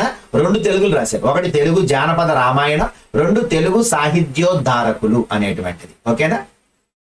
నెక్స్ట్ మనం చూసుకుంటే అత్యాస అనేటువంటిది ఒక పంచతంత్ర కథ. ఇక లాస్ట్ పాఠం రాజు కవి. రాజు కవి ఎవరిది అంటే గుర్రం జాషువా గారు. మరి గుర్రం జాషువా గారు అసలు ఇక మనం ఈయన గురించి ఎంత చెప్పుకున్నా తక్కువే. ఈయన దళితుడు అయినప్పటికీ అసలు ఈయన పద్య శిల్పం కావచ్చు, సులలితమైనటువంటి ధార కావచ్చు, అట్టడుగు వర్గాల పట్ల ఉన్నటువంటి అపారమైన ప్రేమ, సామాజిక అసమానత పట్ల ఆగ్రహం, ఇవన్నీ కూడా ఆయన కవిత్వ లక్షణాలు. ఆయన లేని కుటుంబంలో పుట్టి ఆయన మరి సరస్వతీదేవి ఆయన ఆవహించింది. అందువల్ల ఆయన మరి అటువంటి కవిత్వం రాయగలిగాడు. సో అందుకనే ఆయన ఏమంటారు అంటే నవయుగ కవి చక్రవర్తి అని పిలుస్తారు. నవయుగ కవి చక్రవర్తి అనేటువంటి బిరుదు పొందినటువంటి వ్యక్తి ఎవరు అంటే గుర్రం జాషువా గారు. నవయుగ కవి చక్రవర్తి, నవయుగంలోనే కవులలో చక్రవర్తి అన్నమాట గుర్రం జాషువా గారు. అలాగే ఆయన రాసినటువంటివి ఫిరదౌసి, గబ్బిలము, క్రీస్తు చరిత్ర, ఇవన్నీ కూడా ఆయన రాసినటువంటి వాటిలో ఇంపార్టెంట్ అన్నమాట. గుర్తుపెట్టుకోండి, ఫిరదౌసి, గబ్బిలము, క్రీస్తు చరిత్ర అనేటువంటివి ఈయన రాసినటువంటి వాటిలో రచనల్లో గొప్ప రచనలు. రాజుకి కవికి తేడా ఏంటి? సో ఇక్కడ ఈ పాఠం మొత్తం కూడా రాజుకి కవికి తేడా ఏంటనేటువంటి దాన్నే ఇక్కడ మొత్తం ప్రస్తావించడం జరుగుతుంది. సౌదరాజమందు జన్మించిన ఒక బిడ్డ, పూరి గుడిసెలోన పుట్టెనొకడు, ప్రబలిరందు నిందు రాజయ్య నొక్కడు, నొకడు రాను రాను సుకవి అయ్యే. అంటే పెద్ద రాజసౌధం నందు ఒక బిడ్డ జన్మించాడు, అలాగే పూరి గుడిసెలో ఒక పిల్లోడు జన్మించాడు. మరి ప్రబలి రందు నిందు రాజయ్య ఒకడు. మరి అతను రాను రాను మరి పెరిగి పెద్ద అయిన తర్వాత ఏమయ్యాడు అంటే రాజు అయ్యాడు ఆ రాజ్యానికి. మరి పూరి గుడిసెలో పుట్టినటువంటి వ్యక్తి ఏమయ్యాడు అంటే సుకవి, మంచి కవి అయ్యాడు అని చెప్తున్నాడు. అయితే మరి ఏం జరిగింది? అతని రాజదండం అధికార ధనమయం, బితని కలము కావ్య శతతమమ్ము, అతని ఇల్లు మేటి రతనాల రుచిమయం, బితని ఇల్లు గండ వితతిమయము అని ఇచ్చాడు. అంటే ఏంటి? రాజుగారు మొత్తం అంతా కూడా చూసుకుంటే ఆయన దగ్గర అధికారం ఉంది, ధనం ఉంది. మరి కవి మాత్రం ఏం చేశాడు? కవులు, కథలు, కావ్యాలు రాశాడు. మరి ఇక్కడ అతని ఇల్లంతా కూడా రతనాలతో నిండిపోయి ఉంటే కవి గారి ఇల్లంతా కూడా ఎలా ఉంది అంటే గండ వితతి, అంటే కష్టాలతో నిండిపోయి ఉందన్నమాట. ఓకేనా? సో నెక్స్ట్ చూసుకుంటే, కవి నెరుగు రాజును కవి ఎరుగును, కవిని రాజు గణింపడ కవిరాజు గణన చేయడు, కవియును రాజిద్దరాత్మ గౌరవ కాముల్. అంటే కవి గారు బాగా కావ్యాలు రాస్తాడని రాజుగారికి తెలుసు, అలాగే రాజుగారికి అధికారం ఉందని కవికి కూడా తెలుసు. కానీ ఇద్దరు ఒకరికి ఒకరు లెక్క చేయరు. ఆయన అంటే ఈయన లెక్క చేయడు, ఈయనంటే ఆయన లెక్క చేయడు. అంటే ఇద్దరికి ఏముంది? ఆత్మగౌరవం ఉందన్నమాట. ఓకేనా? అలాగే భయము తోడ రాజు ప్రస్తుతింతురు ప్రజల్, భక్తి తోడ కవిని ప్రస్తుతింతురు, జీతమిచ్చి రాజు సేవింపబడుచుండు, జీతమీక సుకవి సేవలందు. అంటే రాజుగారంటే భయం కాబట్టి అందరూ కూడా ఆయన అధికారాన్ని చూసి పొగుడుతూ ఉంటారు, ప్రస్తుతిస్తూ ఉంటారు. మరి రాజు ధనమిచ్చి సేవకుల్ని నియమించుకుంటాడు. కానీ ఇక్కడ మరి భక్తి ఏంటి? ప్రజలందరికీ ఎంతో ఇష్టం. ఎందుకని? ఆయన చెప్పే మాటలు, ఆయన రాసే రచనలు అంటే ఎన్నో విషయాలు తెలుసుకుంటారు కాబట్టి ప్రజలకి ఆయన అంటే ఇష్టం అన్నమాట. అలాగే అడగక ముందే ఆయన అన్ని వాళ్ళకి ఏం కావాలో అవన్నీ సేవలన్నీ అందించేవాడు అనమాట. సో ఇక్కడ వీళ్ళిద్దరికి అది తేడా. అలాగే రాజు చేతి కత్తి రక్తంబు వర్షించు, అంటే రాజు చేతిలో ఉన్నటువంటి కత్తి రక్తం కురిపిస్తూ ఉంటే, సుకవి చేతి కలము సుధలు గురియు, అంటే సుకవి చేతిలో ఉన్నటువంటి కలము ఎప్పుడూ కూడా సుధ అంటే అమృతం, అమృతం లాంటి చల్లనైనటువంటి రచనల్ని అందించేది. అతడేలగలుగు యావత్ ప్రపంచంబు, రాజు మొత్తం ప్రపంచాన్నే ఏలుతూ ఉంటాడు. నీతడేలగలుగు నిహము పరము, అంటే నిహము అంటే ఈ లోకము, పరము అంటే పైలోకం. సో ఈ రెండు లోకాల్ని మరి కవి ఏలగలుగుతున్నాడు అని చెప్తున్నాడు. ఇక ఇక్కడ చూసుకుంటే, రాజు మరణించే ఒక తార రాలిపోయి, రాజుగారు చనిపోయారు, ఆకాశంలోంచి ఒక తార రాలి కింద పడిపోయిందట. కవియు మరణించే ఒక తార గగనమెక్కే. మరి కవి చనిపోతే ఒక తార అంటే ఒక నక్షత్రం కొత్తగా పుట్టిందంట ఆకాశంలో. రాజు జీవించే రాతి విగ్రహములందు, సుకవి జీవించే ప్రజల నాలుకలయందు. రాజు రాతి విగ్రహాల్లో కొలువుంటే సుకవి ప్రజల యొక్క నాలుకల మీద, అంటే ఆయన రచనల ద్వారా, ఆయన యొక్క కథల ద్వారా, ఆయన యొక్క కావ్యాల ద్వారా ప్రజల నాలుకల మీద ఉన్నాడు అని చెప్తున్నాడు. సో ఇక్కడ ఇది అంటే ఇద్దరికీ ఉన్నటువంటి తేడాని జాషువా గారు ఎంత గొప్పగా చెప్పారో చూడండి. మరి చూసుకుంటే సౌధము అంటే భవనము, అలాగే సుకవి అంటే మంచి కవి, శతము అంటే 100, 100, రాజదండము అంటే రాజశాసనము, ధనమయం అంటే ధనంతో, రుచిమయం అంటే కాంతితో నిండిందని అర్థం. అలాగే గండ వితతిమయము అంటే రాళ్లతో నిండినది అని అర్థం. ఇక ప్రస్తుతించడం అంటే పొగడటం, సుధ అంటే అమృతం, ఇహము అంటే ఈ లోకము, పరము అంటే పరలోకము, గగనము అంటే ఆకాశము, తార అంటే నక్షత్రము. సో ఇవి ఇక్కడ ఇంపార్టెంట్, మనకు కావాల్సినటువంటివి చూసుకోండి. ఓకేనా? ఇక తర్వాత మనం చూసుకుంటే ఈ పాఠంలో గజనీ మహమ్మద్ గారు ఫిరదౌసి, మరి చెప్పుకున్నాం కదా ఆయన రాసినటువంటి గబ్బిలము, ఫిరదౌసి. ఇక్కడ వీటిలో ఫిరదౌసి పీఠికలో జాషువా గారు రాసినటువంటి ఒక చిన్న ఇది ఇక్కడ ఇచ్చారు. ఏంటంట, గజనీ మహమ్మద్ ఒకసారి నిండు కొలువులో ఉండగా ఫిరదౌసిని పిలిచి ఆయన యొక్క విజయ యాత్రలన్నింటినీ గ్రంథంగా రచించమన్నాడట. నేను మరి చేసినటువంటి యాత్రలన్నింటినీ నువ్వు గ్రంథంగా రాయి, ఫ్యూచర్ లో చరిత్రగా చదువుకుంటానని చెప్తే, పద్యానికి ఒక బంగారు నాణ్యం ఇస్తానని చెప్పి ఒప్పుకున్నాడు. మరి 30 సంవత్సరాలు కష్టపడి ఫిరదౌసి గారు షానామా అంటే గజనీ మహమ్మద్ యొక్క విజయాలను వర్ణిస్తూ ఫిరదౌసి రాసిన గ్రంథం పేరు ఏమిటి? షానామా. సో అది మొత్తం రాసిన తర్వాత రాజుగారికి అందజేస్తే రాజుగారు బంగారు నాణాల బదులు ఏమి ఇచ్చాడంట? వెండి నాణాలు ఇచ్చాడు. సో బాధపడిన కవి వెంటనే అప్పటికప్పుడు, ఎందుకని కవి వెంటనే మనసు పెడితే చాలు ఒక పద్యాన్ని వదలగాడు. సో అప్పటిదాకా పొగిడినటువంటి వ్యక్తి నిందిస్తూ కొన్ని పద్యాలు రాశాడు. వెంటనే రాజుగారు తప్పు గ్రహించి బంగారు నాణాలు పంపారన్నమాట. సో అంటే ఇక్కడ రాజు కవికి ఉన్నటువంటి తేడాని అక్కడ చూపించాడు. ఇక్కడ ఎందులో మనకి ఇప్పుడు ఉన్నటువంటి రాజు కవి పద్యంలో ఫిరదౌసి పీఠికలో డైరెక్ట్ గా జాషువా గారు అసలు ఏం జరిగింది, రాజు ఎవరు అలాగే కవి ఎవరు అనేటువంటిది ఇక్కడ ఇవ్వటం జరిగింది అనమాట. ఓకేనా. సో తర్వాత మనం చూసుకుంటే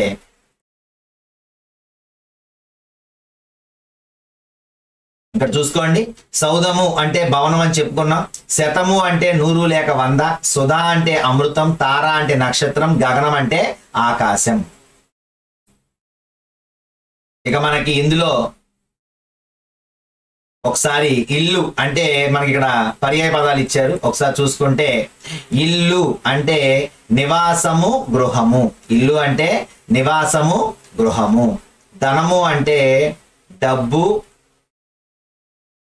విత్తము. ఓకేనా.